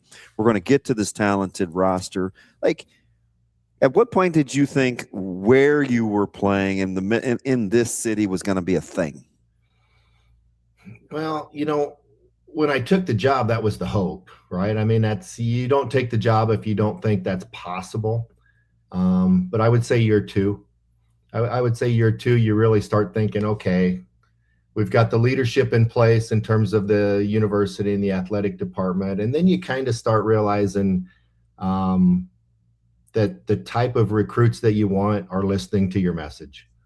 And once you start feeling that, okay, I think we can get the players in here, the type of people, not just players, but the type of people that we need in this program to build something that's consistent, then you really start thinking, yeah, I think we got something going here. The goal year one was always, let's go compete for Summit League championships. I always thought that we could be competitive, at least in the Summit. We could build something here to do that. And then you kind of see what's going on. You think, yeah, that's always the priority. We always want to top priority compete for a Summit championship, but you kind of start thinking, I think we can build something maybe even above that a little bit. So probably year two, when you kind of see things coming together and that the girls out there that are looking at different schools are willing to listen to you and buy into what you're doing. And yeah, then you kind of go from there. All right. The other, Ravi was talking about, or you guys were talking about your recruiting right up. That you got the Nebraska base, you sprinkle in a little Kansas in that area. But I mean, California has been, you've struck gold there, especially with Bailey. What's the connection there, and kind of why is California the one kind of outlier when we look at your recruiting profile? Yeah, there's just so much talent in that state softball wise. So I don't think you can ignore it. We will always, I would say I would be shocked if 80% of our roster isn't always Nebraska and Midwest kids, but we will always look at California and look at the South a little bit for girls that we think can come in and add something and fit. And holy cow, Bailey's been awesome. There was a connection there. So Sydney Thomason, who had played for us the last 2 years, also a California girl, knew Bailey a little bit from club ball and all that, and made that connection. And I do always ask. I love to recruit players that know someone on the team or who was on the team, because we can get a little feedback from them in terms of, okay, is this kid really a fit? What's she like on the field? What's she like off the field? Is she really a fit? So you try to do all you can in terms of recruiting and getting to know them, but there's still only so much time you see them and talk to them in the recruiting process. So to have players, know someone and speak to them and say, yeah, this kid's a perfect fit, that helps a lot. And that's especially those California kids, right? We maybe get out to 1 or 2 tournaments and evaluate them on the field and talk to them on the phone and try to get to know them a little bit. But it's even harder to get to know those type of players in terms of, are they going to fit our program? And so Sydney knew her and said she's a perfect fit for you. And she was absolutely right, man. Bailey is just taken to our culture and just exceeded expectations. Probably a little bit easier of a recruiting eval might have been the Groff twins, right? Probably, obviously, right here close to home. But you ask one about the other and be like, well, that's my pitcher, that's my catcher. You've got not only one of the best pitchers in the Summit League, but one of the best pitchers in the country. That's such a unique dynamic to have the sisters form the battery there. Like, at what point did you realize, as you're either recruiting them or as they get into your program, they're like, oh, this could actually work at this level? Yeah. Obviously I recruited them out of high school, and they were kind of in a spot where they wanted to get away from home and go try something else, and completely respected that. I've known Maddie and Rhule since, I think, 10 years old. When they got into club ball and started all that process, I met with her mom and dad, and they had some questions about which way to go, and they got in the Nebraska Gold program right away, and kind of even helped coach that team just a little bit at times. So I've known them forever, and completely respected their decision out of high school that they wanted to just get away and go try something else. And then a year later, I saw their name pop up on the portal, and I could not get my phone up and dial it fast enough. I promise you that. I'll just come on back. Yeah, we got a spot. That's fascinating too, because you're thinking Southern Illinois coming back to Omaha. We've been to Carbondale, and it's like, but then it's home, right? So it's not necessarily the automatic enticement of, hey, this is a better environment. And still sometimes, and I hear this a lot with coaches. Coach Rhule talks about this all the time. It takes a certain in-state player to handle in-state expectations when your program is at the front and center, right? Have you noticed that when you're recruiting? It's different, right? It's different. He thinks it's understated. I 1000% agree.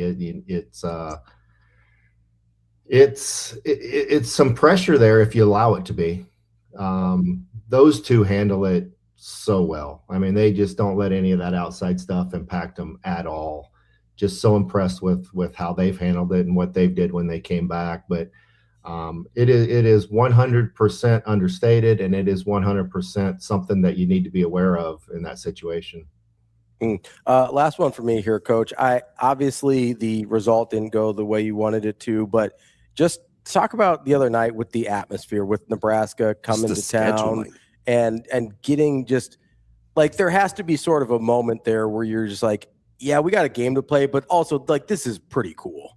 It was unbelievable. The scheduling this year was set up. We always play a home and away with Nebraska every year, and it was actually our year to go down there this year. Just pretty cool. And Rhonda called me, I don't know, when we were doing the scheduling, and said, hey, we've got an open weekend earlier. I think it was in March. Would you guys want to come down here and play a doubleheader, and then we'll flip it and come to you guys in April? And as good as they are, I was dumb enough to jump on it. Dude, that's awesome. Still don't know about that decision, but it worked out. It worked out just perfect for us. And you know what? Hats off to Coach Revelle too, because she understands the impact of what that is on the state in terms of the softball community and all of that. She understands what that does to help us and our program and get exposure and all of that. So hats off to her for doing that. But it was unbelievable. I mean, I know we expected a big crowd, but I don't know if anybody expected that. It was so cool for both teams. It was cool for the fans. And that's I told the players that's one they're going to remember for a long time. Coach, I get you out of here on this. I know you got to get ready for NDSU. Did you think that you've done this a long time? You started again local, right? I'm looking at facilities and driving past parks. We travel a ton, so I see what other states are doing for their ball, bat, sports. Do you ever think you'd get to this point in like 2026 where we wouldn't really make the comparison between softball and baseball facilities around town?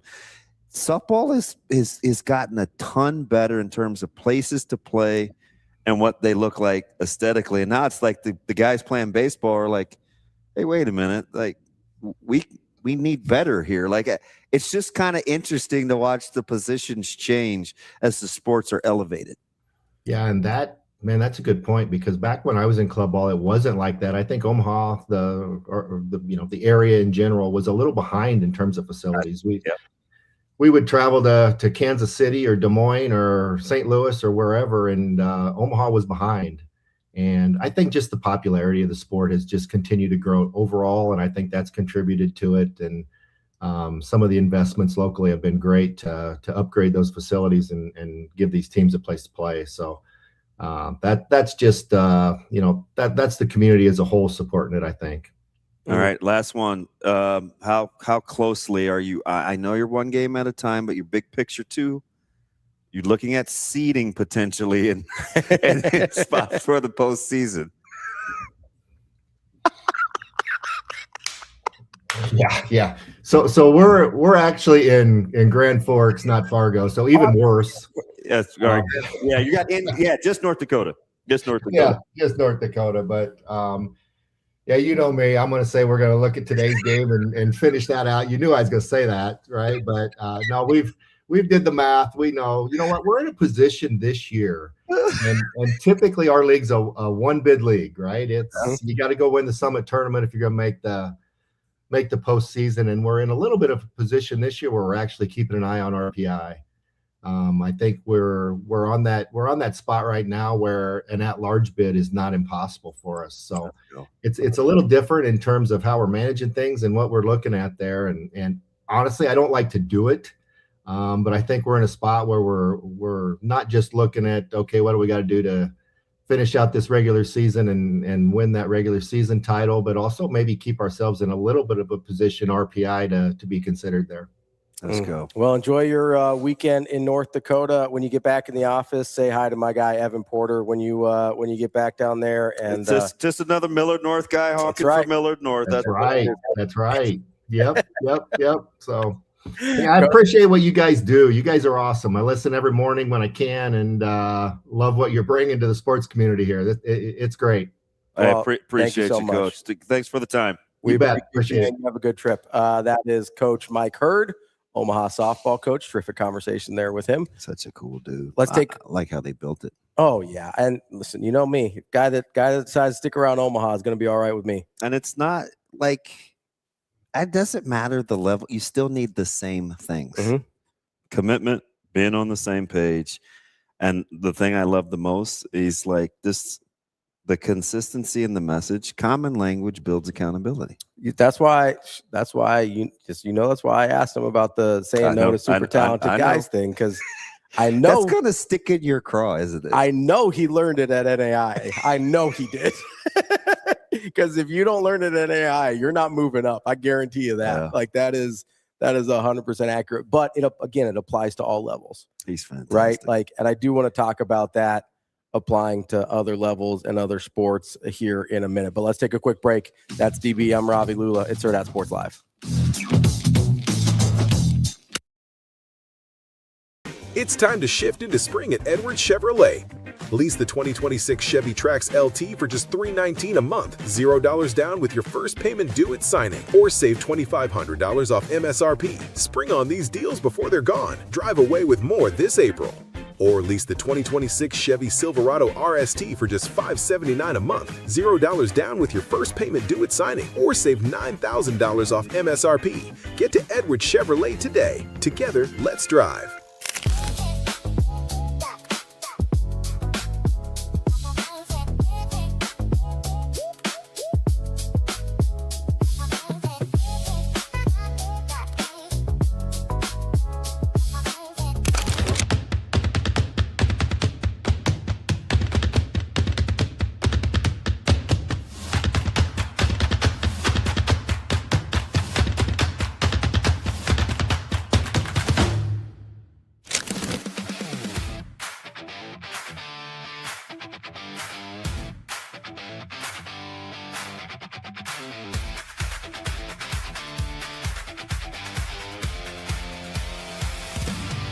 I want to talk about your relationship, I guess, with Price. You grew up, or didn't grow up, but you played AAU with him with D1 Minnesota. How much has he reached out to you throughout this process, and how much did he try and get you to Lincoln? Yeah, right before I went on the visit to Lincoln, he just reached out and was, just, hey, hope things are going good. If you have any questions, feel free to reach out. And then he was kind of like with me throughout the whole visit, to be honest. My dad and I got in. He had dinner with us. And then, throughout the day, we saw him throughout the facility. He kind of showed us around his apartment. And then he was at dinner that night as well. And then he showed me around Lincoln a little bit, just kind of around campus. So he was definitely a big part of it. He was been awesome, helpful, answering questions. We asked him a lot about, what the team's like, dynamic, how things work. And he was awesome in helping with that. So, yeah, he definitely played a part for sure.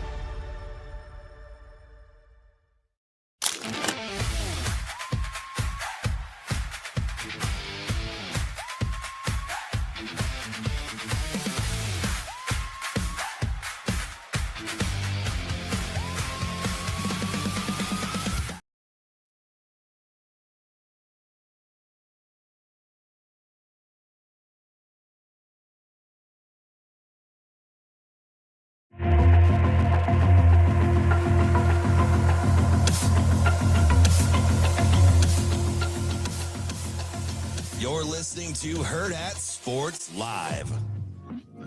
Welcome back, Hurrdat Sports Live. That's DBM Ravi Lulla here at Hurrdat Sports HQ. Reminding you, give our friends over at Next Gen Male Medical a call. I saw that. Were they calling you during the show? Yeah. Give them a call, 402-614-97. Well, I had my labs yesterday, so that's may not be that funny.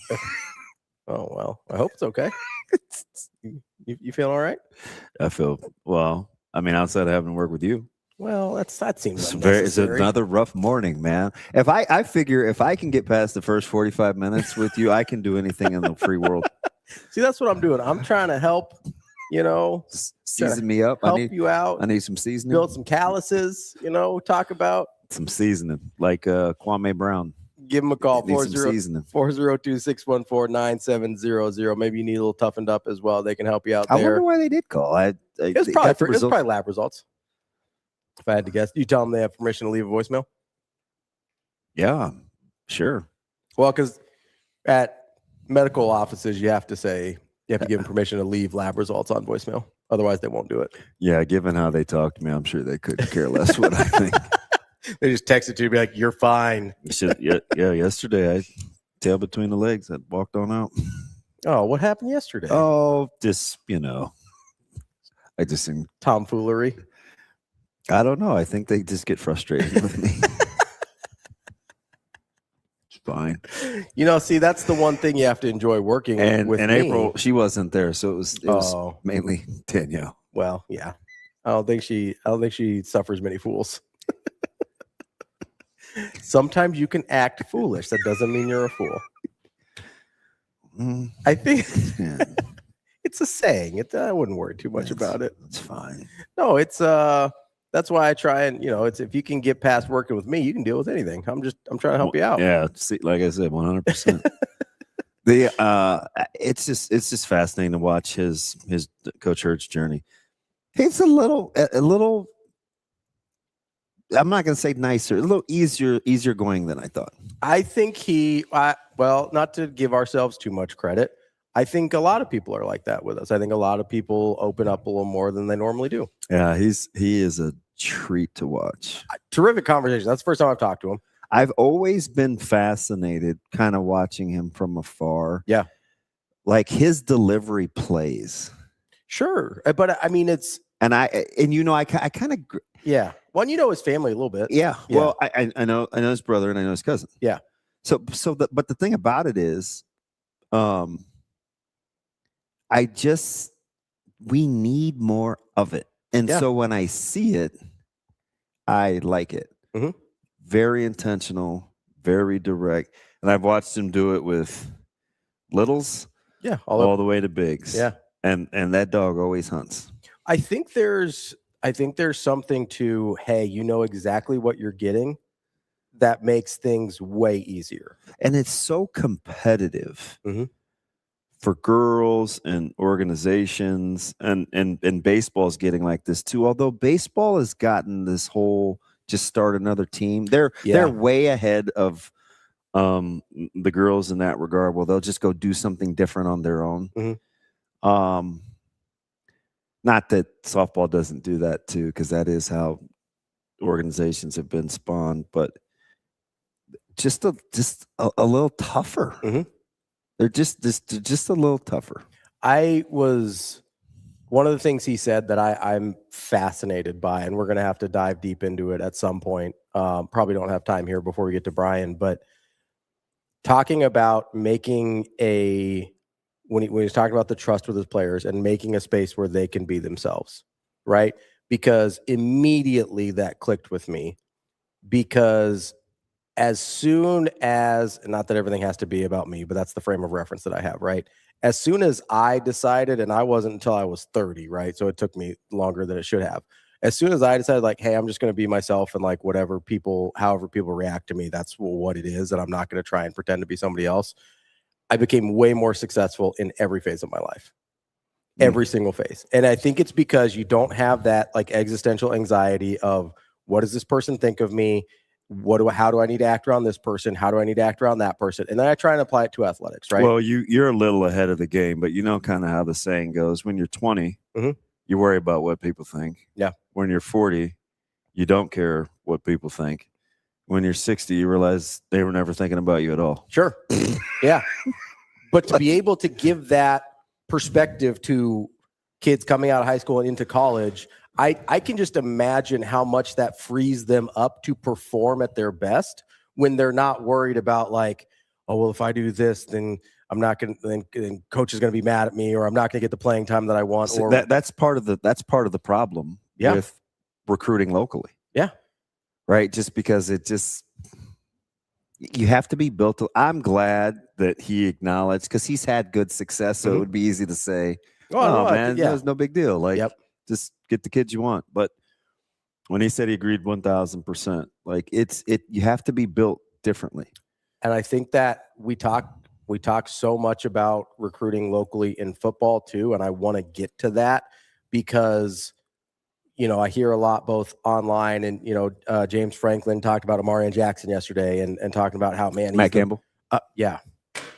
Matt Campbell talked about how great Amarian Jackson's been doing in the spring, and he might be the most impressive freshman on the team right now, and things like that. And that whenever that happens, we start bringing up like, oh, well, Nebraska wasn't interested in things like that.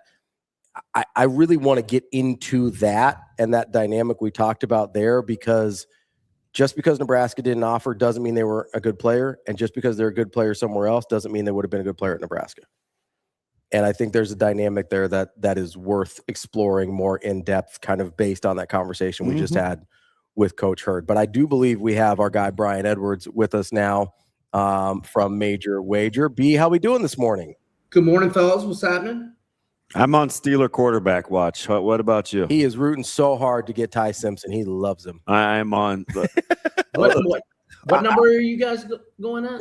21. We're 21, and I'm not worried. I don't want Ty Simpson, but I'm this tomfoolery that's going on with Aaron Rodgers is what I'm trying to figure out. Be like, they had a good free agency. I want them to have a good draft. It'd be nice if I know that I don't have to cheer for goddamn Mason William Rudolph.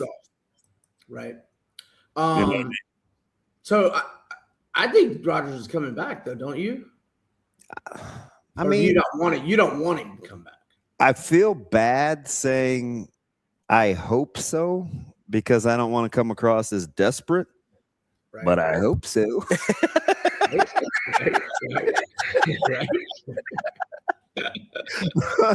I don't know, man. I still think he's pretty good if you're good around him. I don't know how good around him Pittsburgh really is, but what? I mean, I'm talking about, like, I think you're okay around him, but not like, deep playoff push. We weren't supposed to go to the playoffs last year. I called my shot and said they'll be in the playoffs, and they're doing it again this year, Brian. And that won't surprise me, because you don't go to the playoffs most years. But, yeah, I mean, you're ready for something new. But I don't know. Next year might be the better draft for QBs, right? I mean, allegedly. Well, that's what they said about this year, and that didn't work out. Right. I mean, don't worry though. They have the GOAT Mike McCarthy to lead them to the promised land. So see, I mean, the Lakers are up 2-0, Damon. The Lakers Dodgers are, they're still thinking about what to do with Ohtani and how often they're used. I got problems, Brian. I mean, the Pens are down 0-2. The Steelers are the Steelers. I do like where the Lakers are at, even though I have to give LeBron his flowers, right? He's turned back the clock. He's playing his ass off. How do you like the UNC hire? Oh, sorry to cut you off, but I did like that hire. I think it's a good hire. I mean, we'll see how it works out, but I mean, out of nowhere, you get an NBA champion just from a few years ago. It's pretty good. Yeah, I'm all in. So looking forward to it, but my pro sports fandom is topsy-turvy, and everybody hates on Nebraska these days. So I'm waiting for the season to start there too. Well, I'm a Hawks Falcons fan, so you know how my pro sports are. The Hawks got that nice upset over Rico, and listen, they're capable. People forget the second half of their season, they had one of the best records in the NBA. Dude, Jalen Johnson's a dude. And he's mean-spirited the way he should be. I like a guy. If you're going to be that kind of guy, you got to have a little FU in you, and I think he does. He does. And CJ McCollum was enjoying the bad guy role at MSG the other night as well. Well, sorry, defensive-minded Brunson can't guard everybody. Yeah, that guy sucks defensively. What's wild, B, is CJ McCollum was just like a toss-in, like to take Trey Young off your hands. Yeah. And they're just like, well, we got to make salaries match.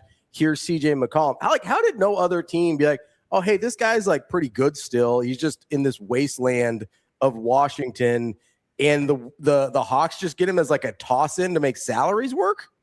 And he's playing his rear end off. And speaking of, as we transition to my NBA picks, I like CJ McCollum's player prop tonight over 19.5 points, much the way Damon just described it. I mean, Quinn Snyder is just running McCollum into pick and rolls off the dribble until they get a switch with Brunson, and that's when McCollum takes him to the hoop and gets to the rim or gets to his sweet spot and shoots the jumper over the smaller dude. And so McCollum had 26 and 32 in the first two games.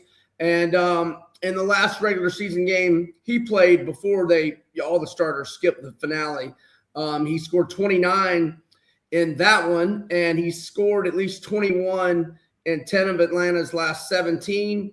So I'm going over 19.5 on CJ McCollum tonight. I lean Knicks just because I know how my Hawks are, but I'm not going to do that. I'm just going to do McCollum because obviously I want to root for my Hawks. But, I mean, if you're looking for my gambling opinion, if I didn't have a dog in the fight, so to speak, I'd probably be on the Knicks.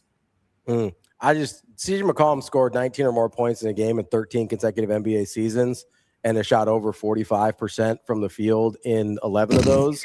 And nobody was just like, hey, maybe we should give this a shot.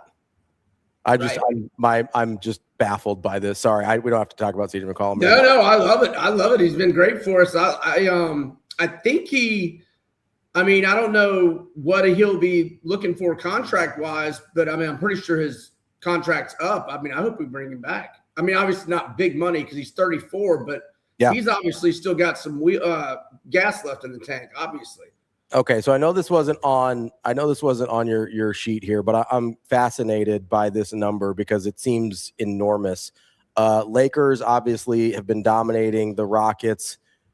Houston going back to home, though, I believe I saw them as a 9.5-point favorite in Game 3, which that smells fishy enough to me that I'm on DB's side of Vegas must know something. I'm not even on the take the free money side. That's so outlandish to me. That number seems enormous.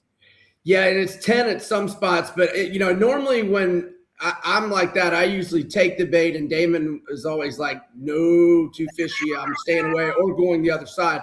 I'm going to be on Damon's side, just because it just could be a complete mail it in, game for the Lakers. We got a 2-0 lead, and Houston may play their butts off, but I'm a pass on that one. Yeah, that one's just it's a stay away for me. I just couldn't believe what the line was. Yeah, it seems way too big, especially the way Lakers played at home and the way that Marcus Smart put the clamps on Durant. I know he still had a decent scoring game, or I think he had 23, 20 in the first half, 3 in the second, but he had 9 turnovers. Marcus Smart turning back the clock. Well, all the Lakers are. I'm just wondering when's this going to run out? Well, hopefully, so I know Doncic is out for the whole series, but don't they have hope Austin Reeves gets back late in this series? Yeah. Well, now it's going to be a deep series for sure, or advanced. Maybe it's not. It might be. This might be like Lakers in 5. And Luka may miraculously make a comeback if they get to the next series. Yeah. So my brother-in-law is from the Houston area, so my nephew likes all the Houston teams, and he was all fired up when they got Durant, and I was telling him 9-10 months ago, I'm like, Kevin Durant doesn't do anything in the playoffs, bro. Come on. Don't get so excited. You and Ravi, president of that fan club. I'm just saying the only time he's ever won a damn thing is when Steph Curry dragged his ass to a couple of titles. If you can't beat them, go join them. That was Kevin Durant. If you can't beat them, let me go join them. I'm up 3-1 and I can't beat them, so let me go join them. Feeling gutsy with an underplay in the NBA. I did one last night and it won. I had the Pistons Magic under. Yeah, I'm not much of an under player, but maybe in the playoffs a little bit. So I'm going under on the Hawks and the Knicks tonight. So it's cashed in 4 straight head-to-head meetings. And all of those were under this number, 210, 213, 215, and 213. Unders on a 9-2 run for the Knicks, and the unders on a 7-2 run for Atlanta. So I'm under 216.5. You buying the hype as motivation in the Nuggets Minnesota series? Apparently Denver can't defend. Yeah, but in a tie series, in a crucial game, I'll go with Joker and company. So these teams have played 6 times this year. Nuggets are 4-2, both straight up and against the spread. But the Nuggets won by double digits in both trips to Minnesota, 127-114. 123-112. Denver's good on the road all year, 26-15 straight up, 24-17 ATS. Whereas Minnesota at home, same straight up record as Denver on the road, 26-15, but they're 18-23 against the spread at home. I'm going to go Denver minus 2-ish or 2.5, maybe at some books. Talk to me about my guy Denny Avdia. What do you got on his? He's not your guy; it's my guy. Well, you can't even pronounce his name, so you forfeit right. That's not true. God. It's fine. Go ahead, Bill. No, Adam, but I had to spell the pronunciation out on the top of my notebook as I've been talking about it. I butcher it on purpose because he's really good at basketball and nobody can say his name. So I've been calling him Advadija for like 2 years. And every time he gives me the correct pronunciation as if you don't know it's obvious. It's just him. It's just him, B. It's just who he is. So on Sunday night in game 1, I did over 23.5, and he went over with 3:41 left in the third. Now the other, 2 nights ago, I did it again. I lost. He did get in a little foul trouble. He only had 30 minutes of playing time. Henderson got hot. He didn't get the shots he usually gets, but I'm going right back to it. So he has scored at least 25. He had scored at least 25 in 8 games in a row until the other night. So it's 8 of 9 now. But in the 5 head-to-head meetings with the Spurs, or the 4 before he only scored 14 2 nights ago, he had 29, 37, 29, and 30. And, I'm thinking Wemby's going to be out, so that should help. Although he did cardio yesterday, so I guess he's not for sure out, right? Yeah. That's correct. But anyway, Wemby played in game 1 and he scored 30. I like Demi Avdija over 23.5 points tomorrow night. All right, last one, Pistons and Orlando. Obviously, Orlando got the big game 1 win. Pistons figured it out in the second half yesterday. What do you like with the Pistons in Orlando on Saturday? I like Cade Cunningham, and I like the Pistons minus a couple of 2.5. Go ahead. Coming off that game 1, I was like, oh God, he was Superman, and it didn't click. But apparently Bickerstaff's fire and lightning, you're not tough speech motivated him last night. Right. So they looked good last night, and just laying the small number on the road. Detroit's been good on the road all year long. They are 28-13 straight up, 23-17-1. ATS, and the lone head-to-head meeting at Orlando between these teams when Cunningham was in uniform, Detroit won 106-92. Now they lost at Orlando with Cunningham out there kind of late in the regular season, but I like Pistons minus 2.5 or 3. Mm-hmm. That is our guy, Brian Edwards. B, appreciate the time as always. Good stuff, and you keep riding our guy, Denny. Don't worry about the hater DB over here.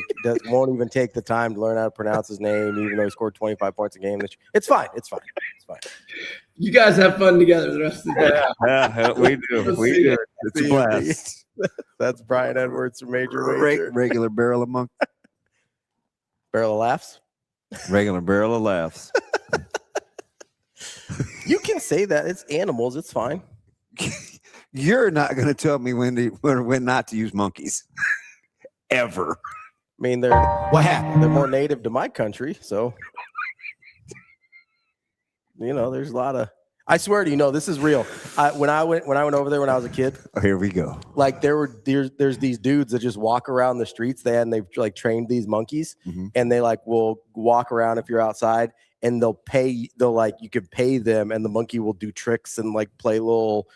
Symbols and stuff like that. But here's the real thing is if you don't pay them enough, because it's, how, like, at least this was back then. Back in India, it was like, hey, like, how much does this cost? And they'll be like, nah, I'm not paying that much. You'll be like, how much do you give me? And then, like, they negotiate the whole thing. If you land on a number they don't like, the monkey is trained to steal things. So, like, he will go around and, like, pick pockets and stuff. You're like, what the heck, man? So it's like the monkey in Raiders of the Lost Ark. Kinda, yeah. Did they have little hats? Yeah, they had hats and they had little instruments and stuff. It was wild. It was crazy. That's a real thing that happened. I got pictures of it somewhere. That was in India. What? That's a real thing. That's a real story. I'll get my mom on the phone to confirm. It's a real thing that happened. I am not so paranoid to think that you were insinuating anything. That's an actual story. What do you mean? Of what happened in India. When people don't get enough, they steal? No, they trained the monkeys to a little pickpocket. They did. Okay. You gotta be careful. You gotta keep your hands in your pockets and be like, hey, whoa, hey, putting the purses inside. You gotta be careful. It's a thing that happened. I don't know what you want me to do here. This is a thing that happened. This is real life, 1994 in Vadodara, India, outside my smoking Doja. Vadodara. Vadodara. That's the name of where my family's from in India. Okay. It's the name of the town. It's not a town. It's like 3 million people, but in India, that's a town. For real. Like, I'm not kidding. Like, there's like 3 million people there. It's like, oh, yeah, it's a little. What kind of flight is that? Oh, it took 36 hours to get there. Yeah, I'm staying at the house. It was not. I'll be honest. I'm not going back. Let me tell you about that time I went back to Botswana. Okay. Can I? Please tell me you stayed at least like 2 weeks. Oh, we stayed 6 weeks. We were there for like a month Okay, and so a half. 36 isn't bad. I mean, it's not great, but you have to stay at least 2 weeks for it to not just completely F up your entire like system. It's like you can't. That's not like a 5-day trip because you're in the air for 3 of it. Have you? I mean this genuinely. I want to start there. That I'm not making a joke here. I know several African American people have figured out which country their family originally came from. Are you guys actually from Botswana, or was that just the country you picked? Or have you done that? I just arbitrarily picked it. That was a real question. I was curious. Like I was talking to Kenny, and he knew where his family. Of course. Kenny and I are friends. What do you want? What do you want me to say? How come you never asked me? You're from Sydney. I know that. Wow. I think the line of Jacobson spawned in Sydney, Nebraska. There is no origin story. Unbelievable. I was asking you because, well, I knew the Puerto Rico part. I should ask. It came up organically. I don't like go around asking people like, hey, where are you from? Because people do that to me a lot. And I was like, I was born in Omaha. And they're like, no, but like, where are you from? Or they're like, wait, what are you? And I'm like, I don't really know how to answer that one. Yeah, but where are your parents from? My mom's from Illinois. Dad is not from Illinois. But we learned DB's family not from Botswana. Oh. Or maybe they are and you just don't know. Or have you found out? Okay, so maybe they are. We don't know. Could have been luck of the draw. All right, I'm going to take a break now. That's DB. I'm Ravi. Lulla. We'll be right back with Michael Bruntz on Hurrdat Sports Live.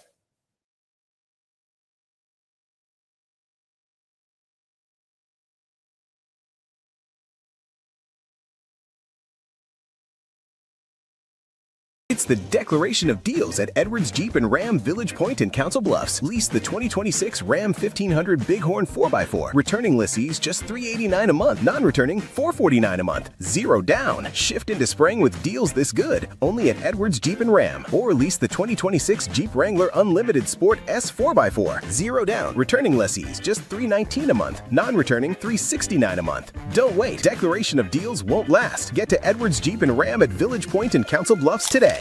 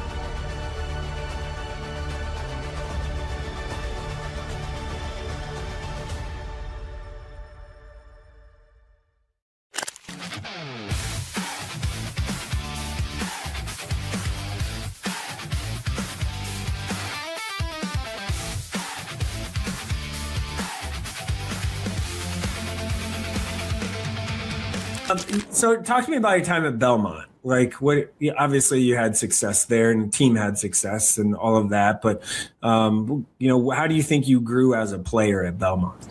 So my first year, my freshman year, I had hip surgery and redshirted that year. So that was a pretty big developmental year for me, just being able to see the college game like from the sidelines and just being ready for the next year.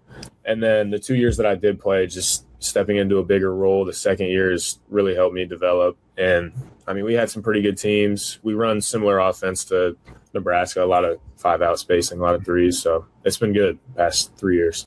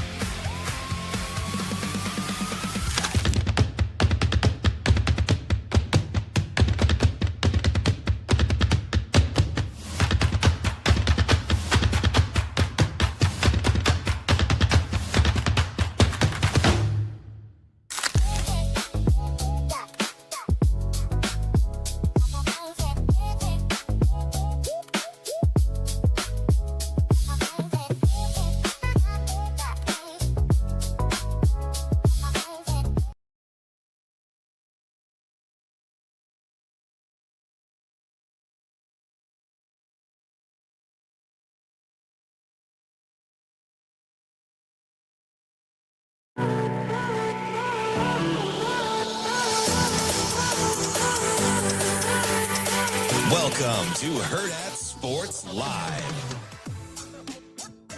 Welcome back. Hurrdat Sports Live, presented by Next Gen Mayo Medical. That's CB. I'm Ravi. Lulla here at Hurrdat Sports HQ. What's up, BB? How we doing? Not a damn thing. We'll talk to Michael Bruntz here in just a minute. So inappropriate. What are you talking about? This just bad guys. What do you mean? It's a lot of bad guys. Oh, now you can tell who the bad guys are.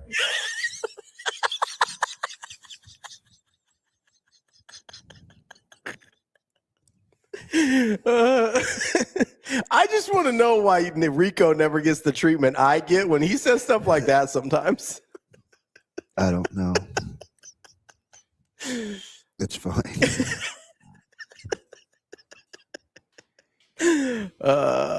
You doing okay? I'm not recreating the Inglorious. I'm not doing No, that we don't have again. to go I had questions. I felt like I was in a safe place, but apparently not after that last 5 minutes. I gotta say that was a if you obviously nobody heard the break, but that was good. So, like, do you guys just get bored and you're like, oh, let's make fun of something from a year ago?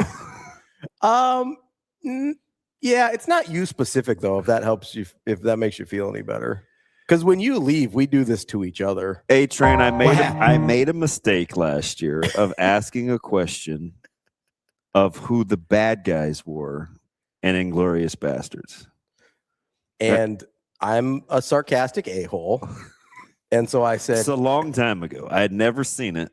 And I said, if there's Nazis in the movie, it's probably them. Yeah.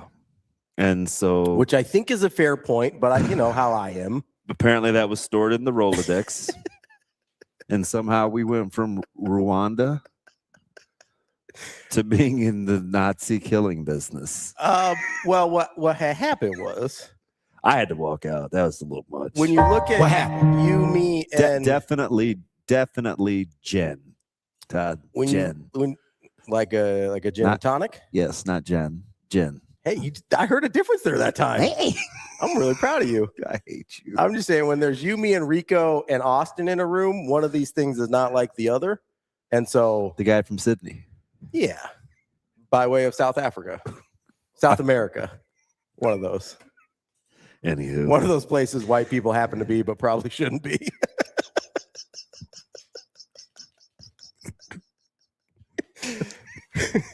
Am I wrong? There's white people in South Africa that says something about something. There's white people in South America that says something about something. It just says different things. Like 1940 something. What's that C word? Get to the chopper! Culture? Colonization. Oh, yeah, that too. That's how we get rid of cultures. Shano, is Bruntz by any He's semblance of a chance ready? wanting to come in? I don't know. We find out here. Michael Bruntz joining us from Husker 24/7. Bruntz, how we doing this morning? That was the C word you went with? Don't you start. Oh, God. I could just be on an easy target. Miller North guy, good egg. Bruntz, were you a big Inglorious Bastards guy? I'll watch it occasionally when it's on. A multiple watch guy. Yeah, it's probably. So what are your guys' movies that like you see it on like AMC at like 2:00 on a Saturday? What are you sitting down to maybe moving plans for, or at least having a like you were looking for some live sports and you're like, oh, this movie's on. I'm gonna finish this one. What do you got? Give me two. There's two because you said AMC and it's always on. One is Gladiator. Two is The Equalizer. I knew Equalizer was one of them. The Equalizer is always on. Yeah. They just had the trilogy on. Wow. I'm a big Equalizer guy. Does that surprise you, Bruntz? No, not in the least. Jeez. Okay. Well, why did you say it like that, Bruntz? No, I Jeez. I would not be. I don't think that there's a lot that surprises me. Is that fair? Okay. Is that diplomatic? Yeah. I know you're a big Denzel fan. So that's is that what it is? Well, that's I knew He that's said, not in the least. that's why I knew Equalizer was. It's a good movie too. It is. It's a good movie. It's a quality. It's a good like rewatchable movie where you're like, hey, I know what's happening here. I can just hop in 30 minutes in and ride it the rest of the way out. I would say not a lot of nice guys. For me, Inglourious Bastards is definitely one of them. The Godfather, when you say AMC specifically, I think of The Godfather or The Godfather 2. I'll stop and watch those for a long time. They show Rocky quite a bit. It depends on which Rocky it is. I'll stop on. Which one are you out on? I mean, I'm definitely not watching 5 ever. It's not usually on. It depends on what part of 1 I'm in, because that one can be a little slow. I'm not. Is Creed a sneaky one? They play that a ton. Oh, Creed's great. I love that movie. A Few Good Men. Oh, A Few Good Men. I'll stop on A Few Good Men for sure. You a Few Good Men guy, Bruntz? Yeah, I'll. That's one of the. If I had to expand the list to 3, that would be number 3. I'll stop on A Few Good Men basically anytime I find it. I love that movie. Do you know, like, it's funny too, because a lot of these Few Good Men fans, you talk to them about answer the question. Any scene other than what happened in the courtroom, and they're like, "Oh, what part of the movie was that in?" I like when they go down to Cuba the first time and talk to Jack. Yeah, that's a really good scene. They're on the beach, or not the beach. You got the waterfront scene behind them, and they're waiting to have breakfast or whatever that is, lunch. You want answers? No. I will say also Tom Cruise, not a believable softball performance. Did you think was it more believable than volleyball and that was my question. Which is more believable? I think the sneaky thing here is he's not believable as an athlete.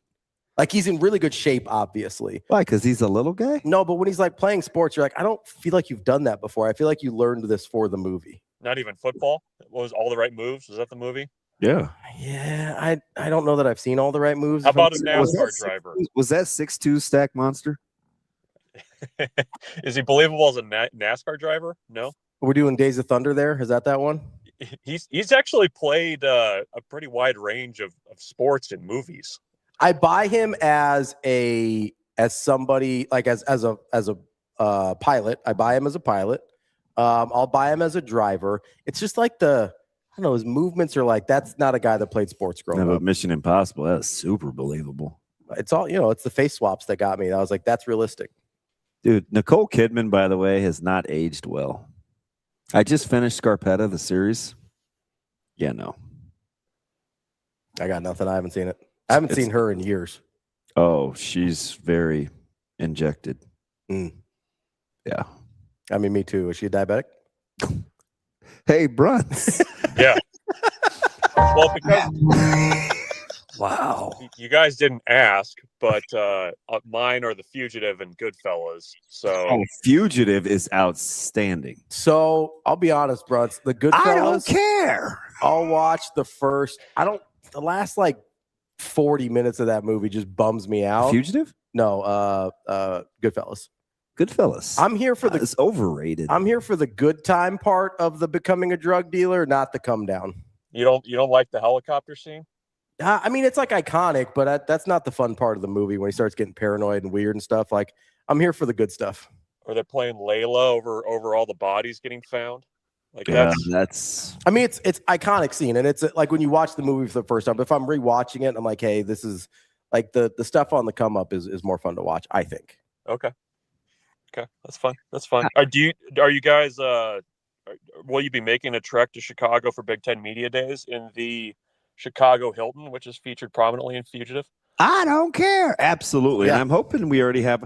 I've been hinting, but it's not on my company dime about booking the reservations for the rooms. I've been doing that for like 2 months.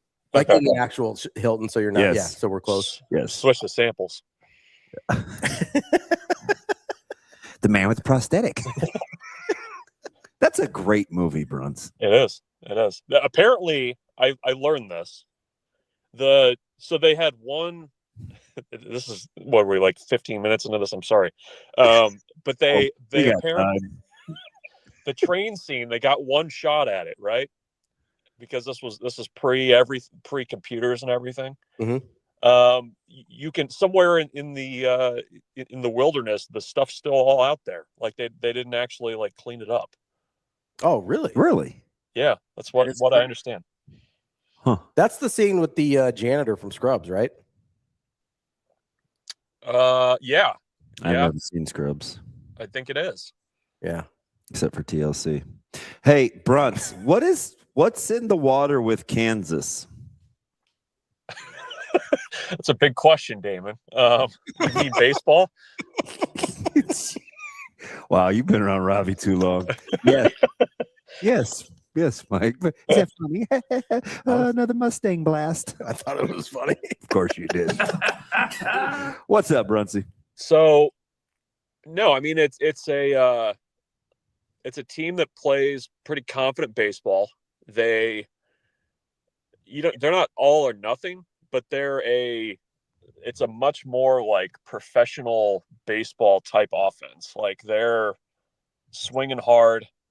They're okay with strikeouts, and I think they've kind of embraced they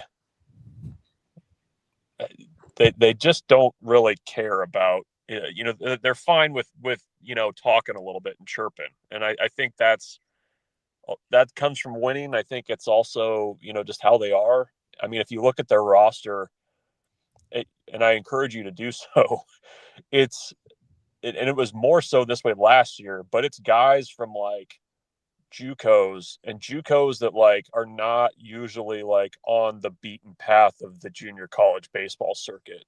Mm. And guys who were, D3 transfers, and guys that were, coming up from like, small schools in Minnesota. And so I think, you get enough of those guys on your roster too, and it kind of affects the way you play. Like I think guys play a little bit harder when they've kind of had to come up that way. I think that's part of why Nebraska plays the way that they do, because they've got a lot of JUCO in the DNA. Mm. But yeah, I mean they're a good club. I mean they can pitch it.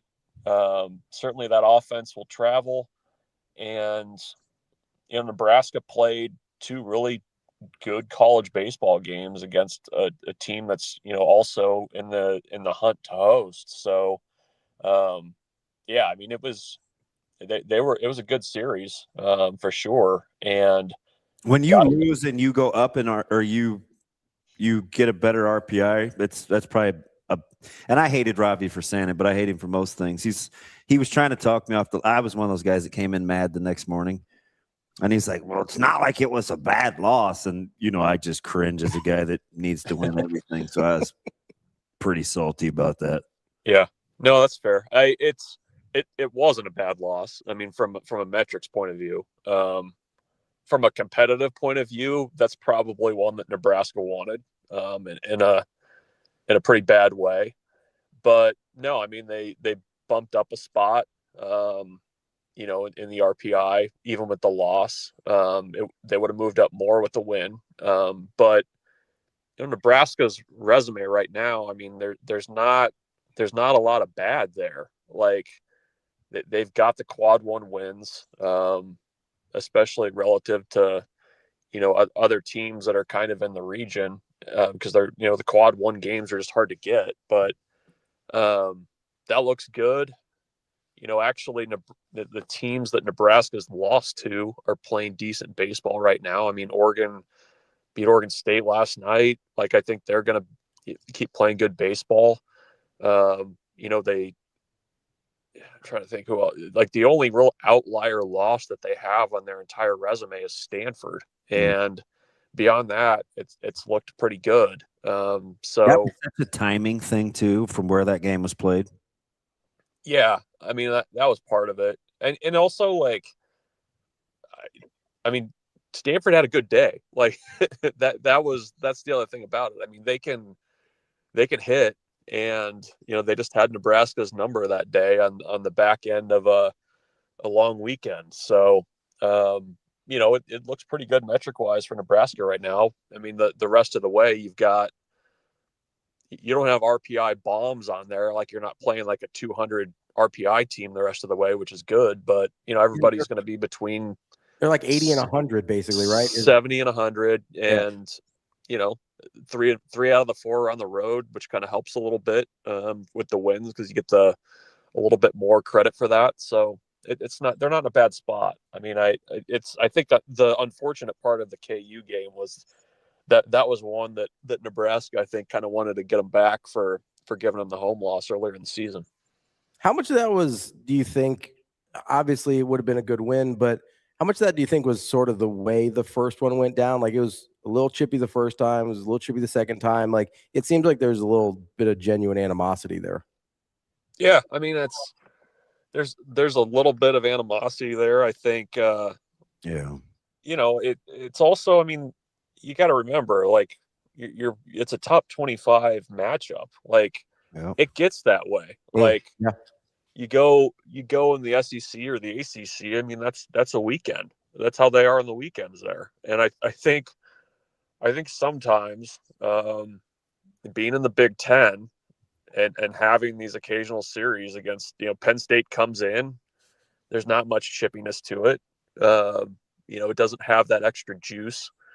And then you play, a top 25 game like that, and it tends to run a little hot. I mean, even Nebraska basically played like 2 weeks of games that were that way. I mean, Oregon was that way, in part because it was a big series, and the game against the games against Kansas were really important games in terms of regional stuff. It's a team you recruit against. So yeah, I mean, there was stuff within the game that made it run a little hotter, but I think that's also just kind of what you sign up for when you're playing those types of midweek series is you're going to have games that are just going to have a little extra juice to them. Bruntz, what do you get is the feel for a team if they are in the back of their minds thinking host, and it gets away, because you're human, right? You're thinking, all right, what do we have to do to host? Mm-hmm. You got to be geared towards sweeps. Now you go to Champaign. Is that a different sort of pressure, or do you think it fits with how this team attacks the games anyway? Well, I mean, the last 4 series, you're going to be the hunted now. Like you have been, but I mean, you're going to be playing 4 teams that are kind of, a little bit down in the standings. Some of the teams are playing to get into the Big Ten tournament. Some of the teams are playing for a better seed in the Big Ten tournament. One of them's a rivalry series, whether, you buy into it in baseball or not, against Iowa. So, it's a little bit of a shift where, you're going to have to kind of bring your own energy a little bit. I think Nebraska is that way. Like, I don't think that they're, I would say more times than not, they're a team. They're not going to be a team that's going to come out and be flat. Like they've shown that they've, been willing to stand in there and trade punches right away with teams. But it is a little bit of a different mindset as you're getting further into, late April and early May and talking about the host conversation, because everything is right there in front of them if they want it. I think the one thing that does work in their favor a little bit is you've got 15 to 20 guys that have been through this type of baseball in May before. I mean, they were, a big group of guys are part of the team last year that went on the run that they did. A big group of guys that were part of the team the year before that won it in a very different way. So, it should be a veteran group that understands how you kind of have to play this time of year. And, to this point, the one thing that they've done is they've kind of played baseball the way you have to win these types of series late in the season. They've pitched relatively well. They play exceptional defense. And, those are the things that you really have to do this time of year. I have defensively, I think it's been pretty impressive. You know what? They had to do some retooling. You didn't even really know who was going to start the season at second base. You've kind of had the makeshift beginning of the outfield. You've now kind of settled into it. I think defensively what they've been able to do is grossly underappreciated. I mean, they're top 50 in all three categories in terms of pitching, picking it, and hitting, and that's rare company. Yeah, if you have it in front of you, I mean, they were a top 15 defensive team a couple of weeks ago. And interestingly, even when the few times they've had multi-error games this year, they've actually won those games. I think they're I think they've had 5. I think they've won 4 of them.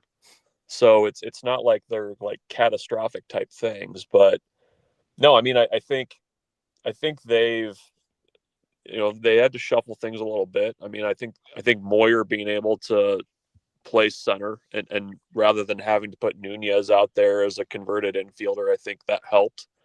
Jet Buck, Pablo Grigo. Yeah, I mean, jeez. You got Jet Buck, who was recruited as a shortstop. Dylan Carey comes back and he moves to second base, and then they like Rhett Stokes' bat in the lineup. So then Buck's able to move out to left. He's played well out there. I mean, it really has kind of come together pretty well. And Dylan Carey is kind of the guy that holds all that together, though. I mean, as good as he's been at the plate this year, he's, turned some really tough double plays. He's played really good defense. And, he's kind of the guy that makes all that go. But yeah, the defense has been a huge kind of piece of everything this year. I mean, they've really done a nice job there. Bruntz, did you by any chance first of all, did you hear Coach Rhule's interview at all? I saw snippets. I apologize. I've not made it through the whole hour. Yeah. So I was just going to say, this is awkward now. Sorry. No. Listen, I mean, you got kids, you have a regular job, trying to be a good hubby. Ravi had a very Ravi-esque rant the next day over. Can you surmise it like quick, and then I'll ask the question? Which part? The level of comprehension. Oh yeah, just when the way people process information based on, I think, whether or not they just like someone or not. That was, I think, the basis of the rant. It was so, but if you didn't hear, like some of the feedback you heard, did you feel like it was based on just the snippets that were played, or people actually having an open mind about what was being said? Both. I mean, I think, I don't know. I think it's always a little challenging to paint one side or the other on that stuff. I mean, I think it tends to be a little bit louder. Nice, Switzerland. But I do think that I do think there's part of that. I mean, I think that there's also kind of a weird cycle sometimes to coaching tenures at places, right? Like, you're going into year 4, and I think there's a good number of people that are probably at show me, don't tell me, which is a tough place to be in April, because there's not a lot to show. And, I think also there is a place for a pretty substantive discussion about, the changes right now in college sports and how that's affected Nebraska and how they've tried to adjust to things. I did see that piece of it. I saw that clip about the NIL and everything. And I don't know. I mean, it's kind of an interesting off season. It's been a long off season so far. It's going to be longer. And, I just don't know.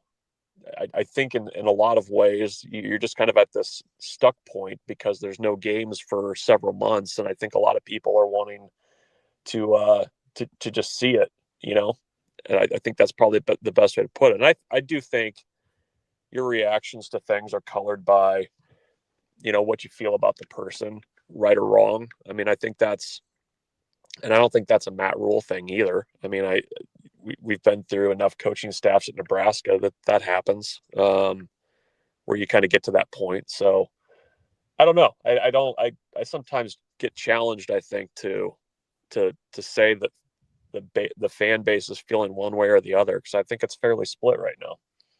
I agree that it's not a broad brush you can paint with, but it does seem, like you said, as it being split, it does seem like there's people are starting to draw lines in the sand a little bit and being like, well, I'm on this side of, like, if he doesn't win X amount of games, then I think it's I guess the part I'm really struggling with here, Bruntz, if I'm being honest, is it seems like people who have decided to feel a certain way will ignore factual things in order to continue feeling that way. That's not a Nebraska football problem. No, Ravi. for sure. No, 100% correct there. But it's like, I don't understand how to talk to someone that can't say, like, yes, I would have liked to have won more last year, and it looked like they were in a position to do so. But also, Nebraska hasn't finished over 500 in consecutive years in over a decade. Like, both of those things are true. And if somebody can't acknowledge that that's progress, even if it's not as much progress as we wanted, I don't know where to start that conversation. You know what I mean? Yeah, no, it's a tough spot. I don't know what to tell you. I mean, I get it. Like, I understand your point. Bruntsy. I don't know. I don't know what advice to give you, Ravi. It is an interesting conversation to have, because, yeah, I mean, you've gotten to consecutive bowl games. You were 6-2 with the lead against USC before you lost your starting quarterback. There's also been missed opportunities to kind of make that next step. Oh yeah, Minnesota's a great example that Coach Rhule brought up, by the way. Yeah. I mean, you even go back. I mean, you go back to previous years too. I mean, I don't know if it's fair to do that, but I mean, you go to Michigan State with a interim head coach. You don't get the job done there. Where you might have been to a bowl game there too. So I don't know. I mean, it's probably should have beat Iowa in year 2. Like, they were in position to beat Iowa in year 2. Maryland at home. Yeah. There's plenty of opportunities for sure. So I don't know. I don't know. I get it though. I mean, it's very, like I said, I mean, it feels like you're kind of getting to the point again where you're kind of getting the camps a little bit. Everybody's putting the tents up. They're starting to get the wood around the fire. And, if unfortunately there's not, or maybe fortunately there's not, some puns that you can make about, if you're a bow lever or a bow lever. Mm-hmm. So I don't know. It's just, like I said, it's tough because, there has been progress, and there was a lot of heavy lifting that needed to be done at the start of this thing. And, now you're at the point where you need to start to see it a little bit, and you're up against a pretty tough schedule this year. Hey, Bruntz, what about, can I change gears here just for a quick second? Sure. What are we doing with Josh Naylor? Have you officially adopted him? And is this a better start than you thought? Yeah. I mean, a lot better start than I expected. Here's the thing with Naylor I thought was kind of interesting. what do you guys make of the antics on second base when he's out there? You see that? Well, that's kind of, it's been a thing. You know what I mean? Like he was like trying to get a plane into the, like, it looked like he was trying to like bring a plane in, like land a plane the other night. Air traffic controller. Yeah, like in another era, a pitcher might have just like turned around and thrown the ball at him or hit him. Like, you know, like it's interesting to me that like that's where we're at, that you're allowed to do that. But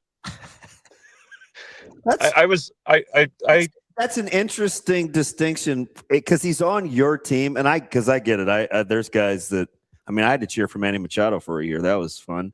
But that's a weird thing to pick out. That's just not very Bruntzian, is it?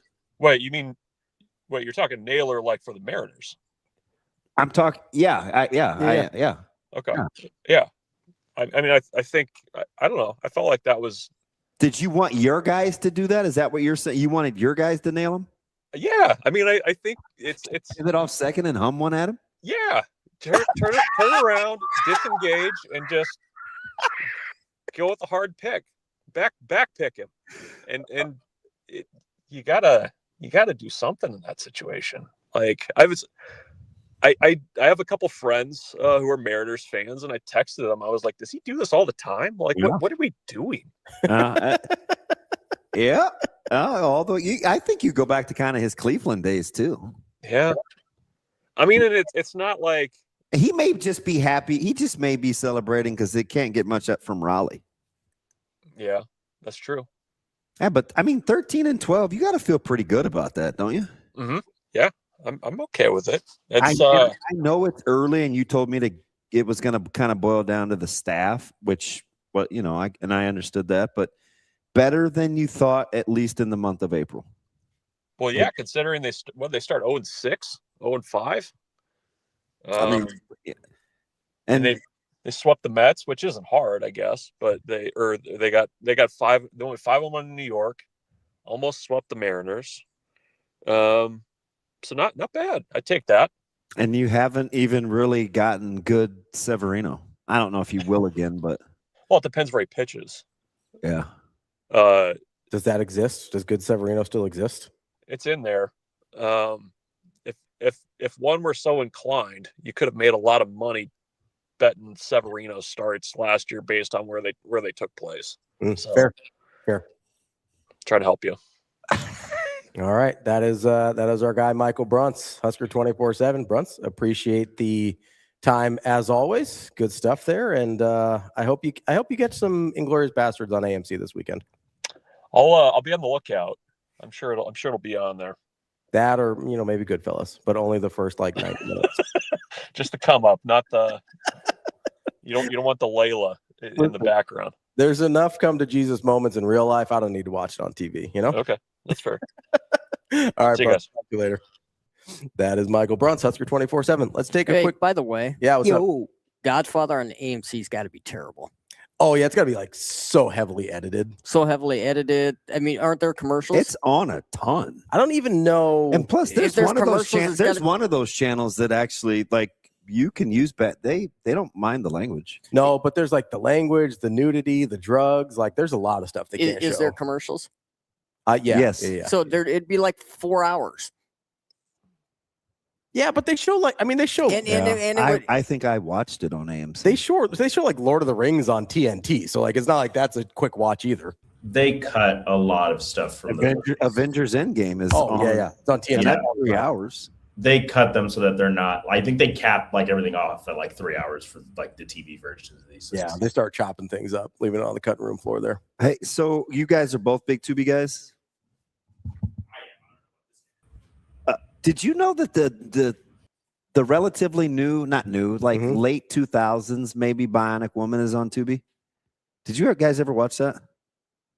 Late 2000s Bionic Woman. I'm not even familiar with that. It's on Tubi.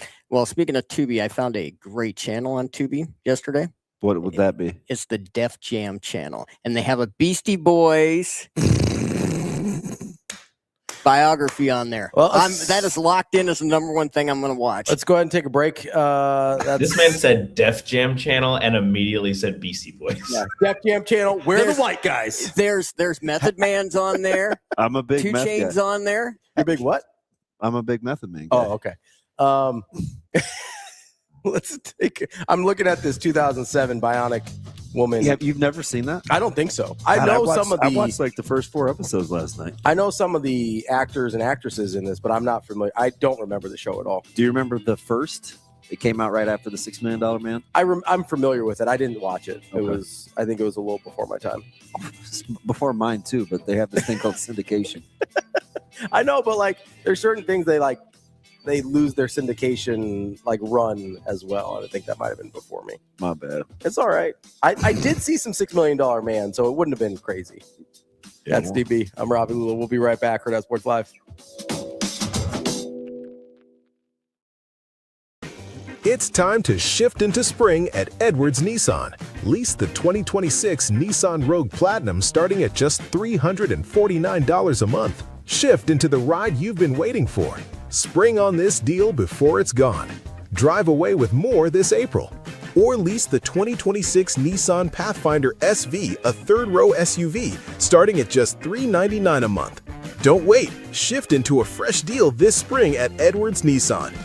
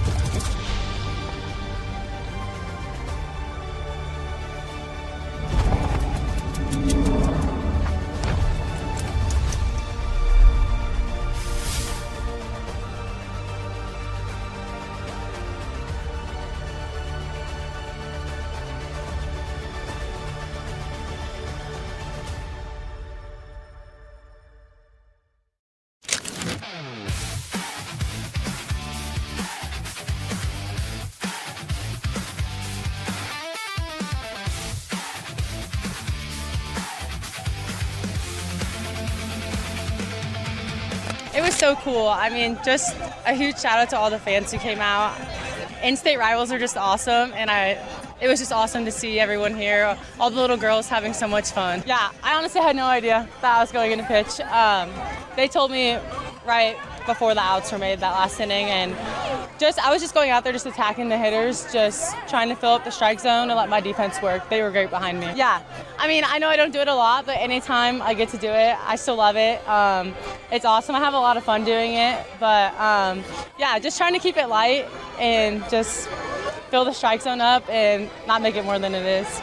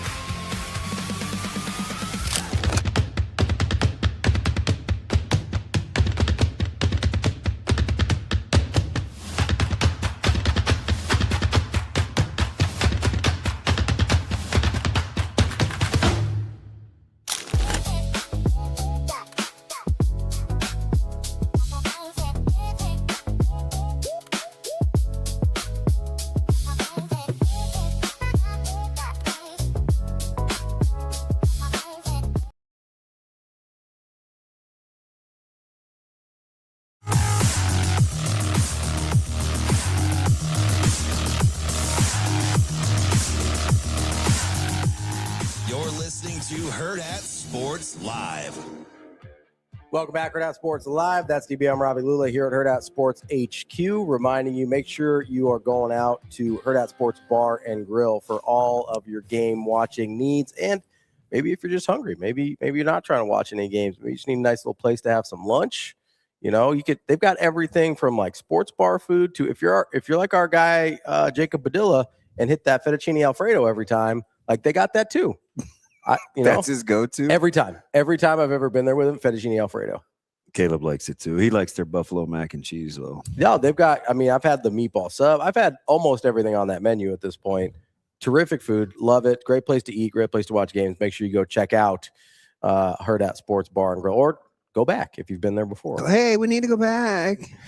You're all right there? Yeah. You doing okay? Rico, I've got I had you pull a clip for me yesterday because I want to talk a little NFL draft here. That's the same person though, real quick, right? Just with dark hair in your picture. I believe so, yes. What's that from? She's the bad guy in the Bionic Woman. Yeah, okay. Yeah. She was the original one that went bad. Yeah, the original Bionic Woman that kind of got a little the off. original in the 2007 version. Yes. Yeah. But there was like one that went a little. Yeah, I'm gonna binge this series. A little crooked. And I found it on Tubi, Shane. How about that? Big Tubi guys. No, I wasn't. Nice. Tubi wasn't the thing. It was on under my Fire Stick thing of things to watch. And then when I clicked on it, gotcha. Tubi was the way to watch it. Sometimes it's Prime. Sometimes it's whatever. Yeah, you just gotta do what you gotta do. Yeah, and I have them.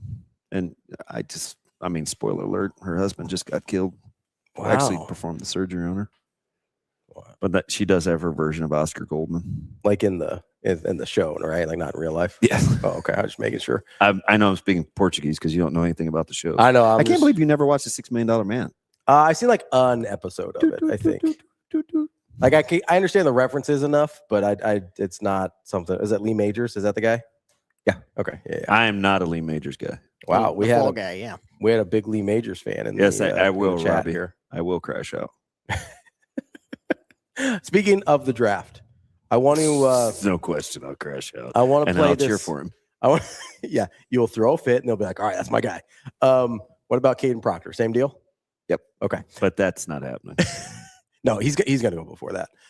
Let's play this clip. This is from the Rich Eisen show. I believe it was yesterday. Tom Pelissaro was talking about guys that he was asked the question about guys that may go before the common consensus. Go, Rico, can you go ahead and play it? Impress people in the process. When he's meeting with coaches, he comes across, as one scout put it to me, as a beautiful mind in terms of his football IQ. He knows exactly what's going on the football field. I would not 100% rule out the idea of Carson Beck somehow finding his way into the bottom of round one.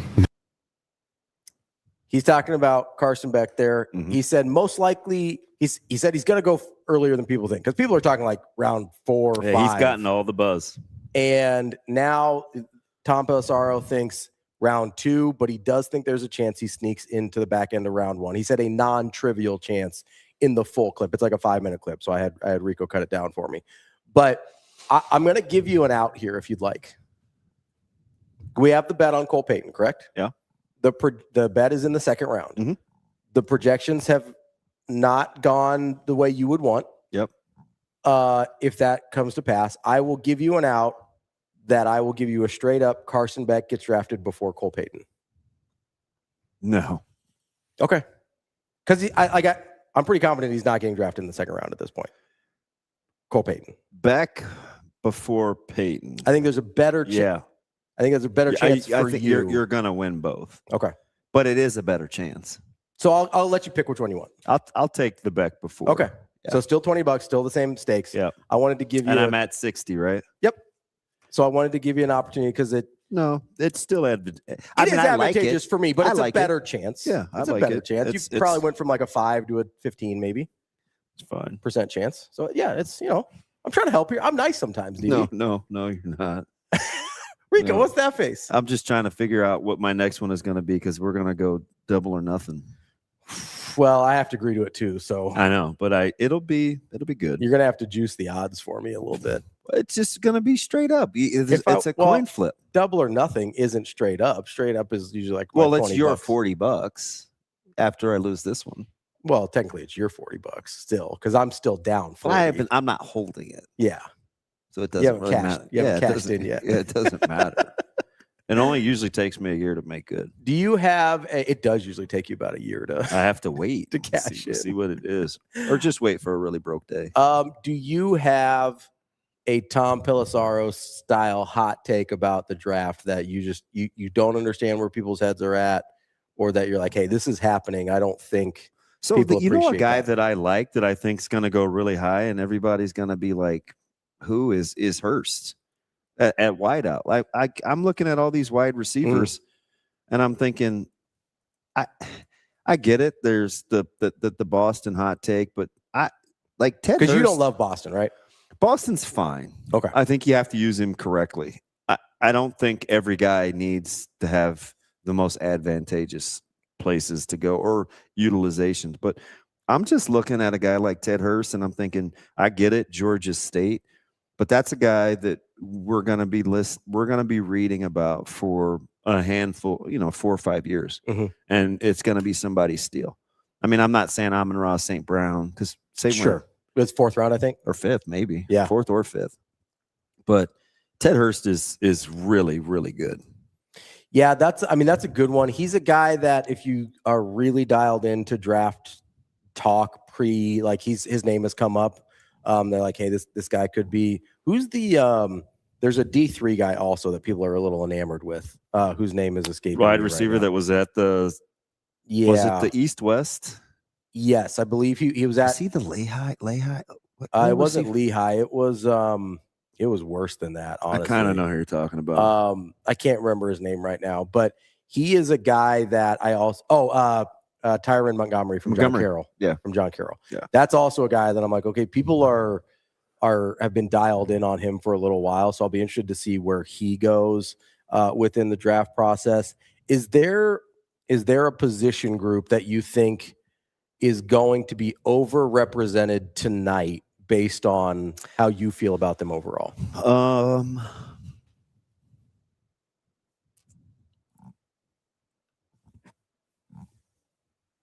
This is going to sound weird because I like Delane, but I think corners maybe. Do you think there's a drop-off I'm not a after? huge Terrell guy. I think he's steady, but it's kind of basic. I think Delane is the best of the bunch, but maybe corners. I could see D-line getting into that group, but I don't think they'll go high enough. Yeah. For like it not to be worth the value, but I definitely would not say offensive line because I think there's several good ones there. And again, I don't think most of them are going to go high enough for people to say, "Oh, they got overdrafted." Where are you at with Pons from Indiana at corner? Since we're talking about corner, I get the size thing. I like him a lot because I think he's competitive. I don't know. He gets some kind of Aaron Glenn references a little. He's smaller than that. He is instinctive, like Dale Green. He does run well, but it's not Dale Green type speed. Yeah. The thing with Pons that I think we undersell is he's seen so many good players. Sure.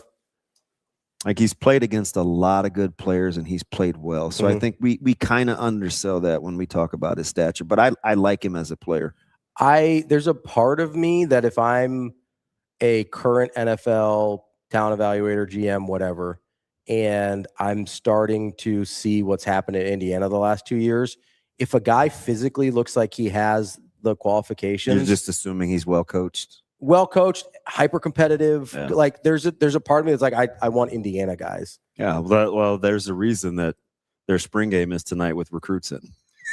Can I just say that's one of the smartest low key things that it's unbelievable. If you have a watch party, then your spring game. Yeah, they're gonna go see Fernando Mendoza get drafted first overall out of Indiana, and then we're gonna go play a spring game that all these recruits are at. Like that's just pretty gangster. That's a chess checkers move right there. He's like, we don't need to play on a Saturday. You're gonna watch my guy get drafted number 1 overall first. And by the way, hey, here's a good run of guys that I've got on campus too. Yeah, I mean, you're probably gonna get Cooper in the first round. Also, I believe some people have. I don't love that's one I think is kind of a reach.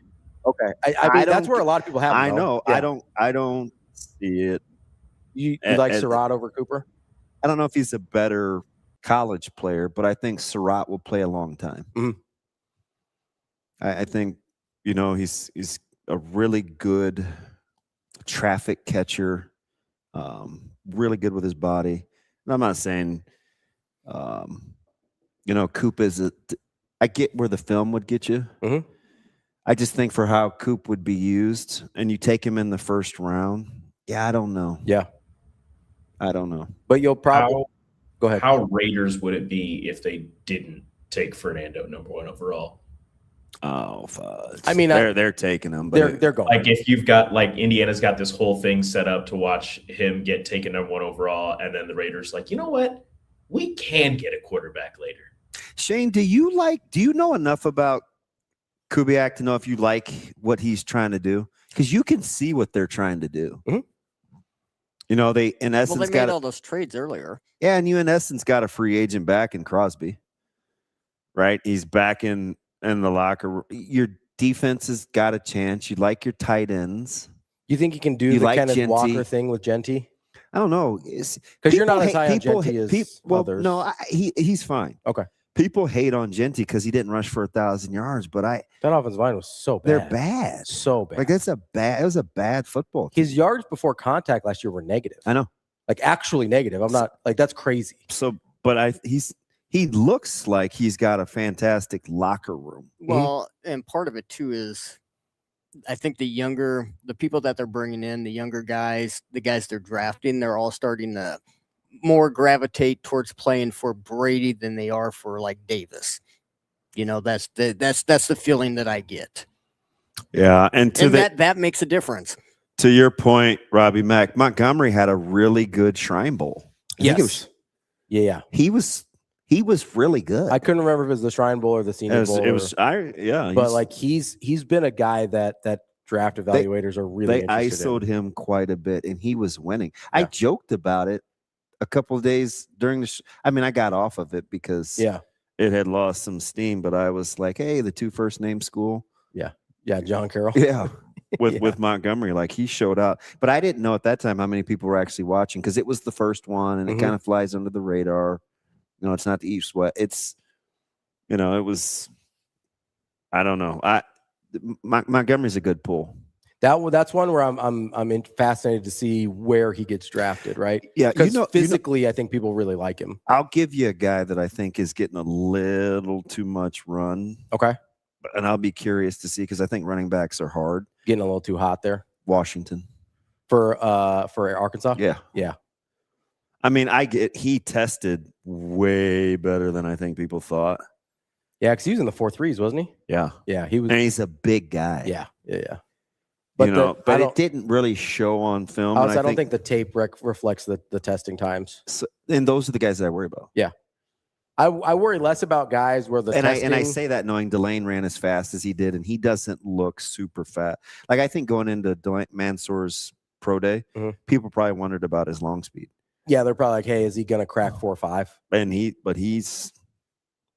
tested well. I worry way more about the guys that test better than their film than the guys that films better than their test. 100%. Right? Like, I'm always gonna I think I like it when the testing backs up the film. Go back to tape. But like at the end of the day, I'll take my chances, and that I think that's why I like Reuben Bain. That's a hill I may get ready to die on. I am like that. I'm pretty frustrated about the hand wringing over Bain. It's like I don't know how you take. I get the freaky measurables and stuff, but I don't know how you take Arvell Reese and I just know he whipped a lot of guys that are going to get drafted. Yeah, and I mean whipped. Yeah, like his film is incredible. He's mean-spirited. He's pretty mature. He's hyper competitive. He plays hard. Like he'll figure it out. Yeah, like that's a guy where I'm like, give me the tape on Bain. Like I'm good. Like you're gonna have to match playing as hard as he does for the entire game. Yeah. I don't. There was I had seen a stat a while ago. I can try to find it again, but it's like 90% of Bain sacks have come against draft eligible players or something along those lines. Yeah. He whips good guys. And he seems to play really well. Him and Messidor both play really well in big games. That's why I'm out on the edge from is it Cassius Howell, A&M? Yes. Yeah. Just out. I mean, it's the same thing we had with the A&M old boy that got drafted by Cincinnati last year. Stewart? Oh, yeah. Or it's like, hey, can the film show me anything at all? We talked about that ad nauseum. Well, and then I had to defend him a little bit with the contract. Yeah, the Bengals verbiage. did the weird thing with the contract and try to make an example out of him. Didn't I have a stint where I was like group texting like his bad plays from TikTok? Yeah. And dude was just getting teacupped. Yeah. Just knocked right over. And I was like, maybe I know why they put the verbiage in there. I just don't like, if I am watching film, the best two edge rushers in this draft are both from Miami. Oh, with Mesidor? With Mesidor and Bain. If I'm purely film, I don't care about age, I don't care about injury history, I don't care about measurables. If I'm just watching film, those are the two best edge rushers in this draft. So I think it was, can't remember, was it Ron? Who just diced up the third down or the mock draft, first round mock guy? Ryan Roberts. Oh, yeah. So I think this is going all the way back to the Ryan Roberts thing.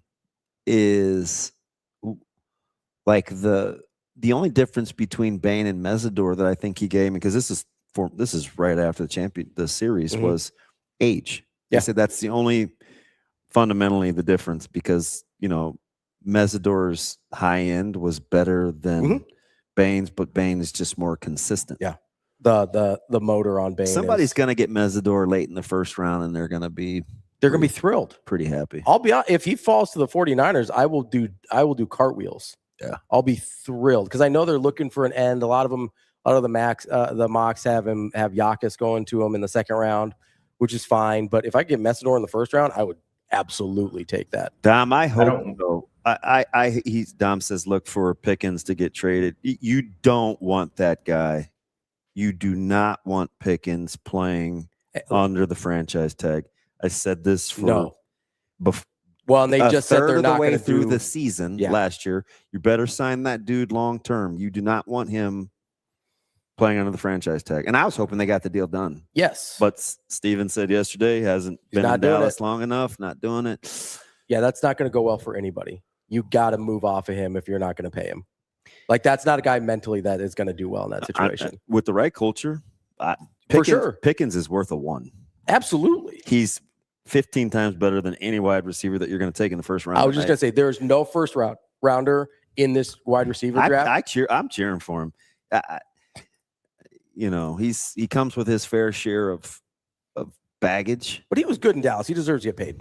Yeah, like he was really good this year. Yeah, and he was good in Pittsburgh too. And Dallas is always late on those deals. Even on guys that they end up keeping, they still disparage their value publicly. Well, look at all the stuff they said about Dak. Well, then they could have saved about $15 million on this deal. Yeah, if they did it right when at they should the right time. Yeah. That'll be interesting. That would be interesting, Dom.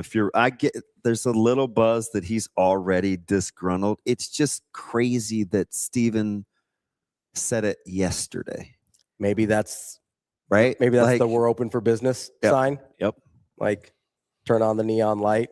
Yep. Put him on the trade market, because and Dallas is gonna. If you're a Dallas fan, I would be excited about the draft, because Dallas is, I think, going to be aggressive. Yeah, because where is Dallas? Dallas or Kansas City is going to be the first team, I think, that makes a trade move. So a lot of people have Kansas City making moves tonight. Well, they only have to go from 9 to. It depends on what they want. Yes, but I could see them moving up from 9. Yeah, because they already made the McDuffie trade, and so they're going to have some opportunities to do some interesting things there. But did they go edge or did they go O-line? The O-line was a debacle. It was, but if Bain's there at 9, you got to. They have a better chance. I think you have a better chance of fixing your O-line later in the draft, as we talked about earlier. Like, you're going to have good guys that are there tomorrow. What if the Rams traded 13 for pick? They'd be in the Super Bowl again. Honestly, that offense would be. They're looking for a wide receiver too. The Rams that offense would be unstoppable. How about them working on a Stafford extension, a 2-year extension? I get it; it's for the money on the books, but if you're thinking you're going to get him for at least another 2 years, you're in good shape. You're in real. They shape. Know more about him physically than we do. Sure, it's honestly, the only thing for me is how long does he want to do it? Did you see him at the Lakers game the other night? Mm-hmm. I like Stafford. I do. I love Stafford. I've liked him since he was at Georgia. I liked that team with him and Noshawn. Like I liked Stafford. Yeah, that was Shane, probably Severe and I's first on-air fight. And we had several, but I think it was over. I think it was over Stafford. He's tough too. I know people don't give him credit for that because he's 15, 16 years ago. Kind of got that like Southern pretty boy with the haircut and whatever. Well, you saw him at the game with his wife. She was rocking the Kobe jersey. Yeah. She had on the 8. Yeah. I was like, get that jersey off. But she's tough. Oh God. He just lets her. I mean, she's clearly has her own voice, which is fine. She's an adult. He doesn't look like the guy that just chopped up the league and went like 29 touchdowns in a row without a pick. He also doesn't look like he looks like this, just like this cool hip skater. He reminds me of Bill. Seriously, he was giving me Bill vibes. He does.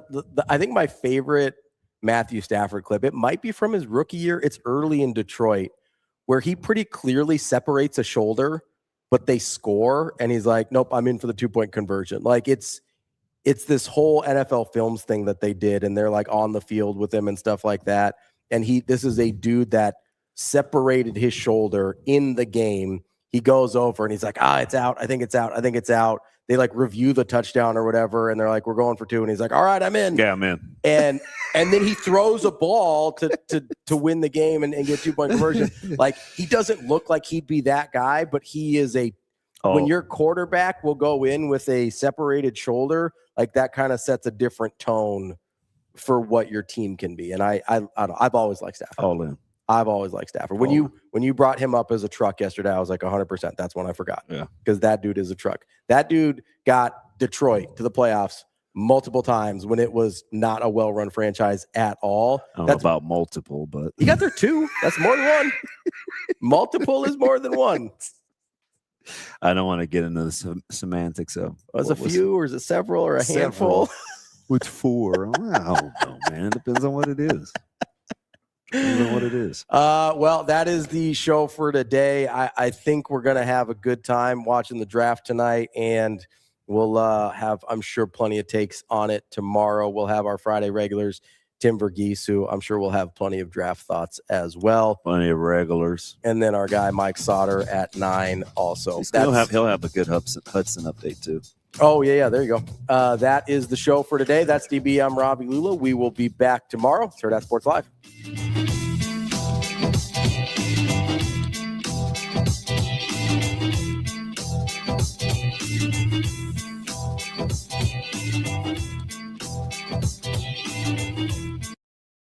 See you. Have a good day. Love you.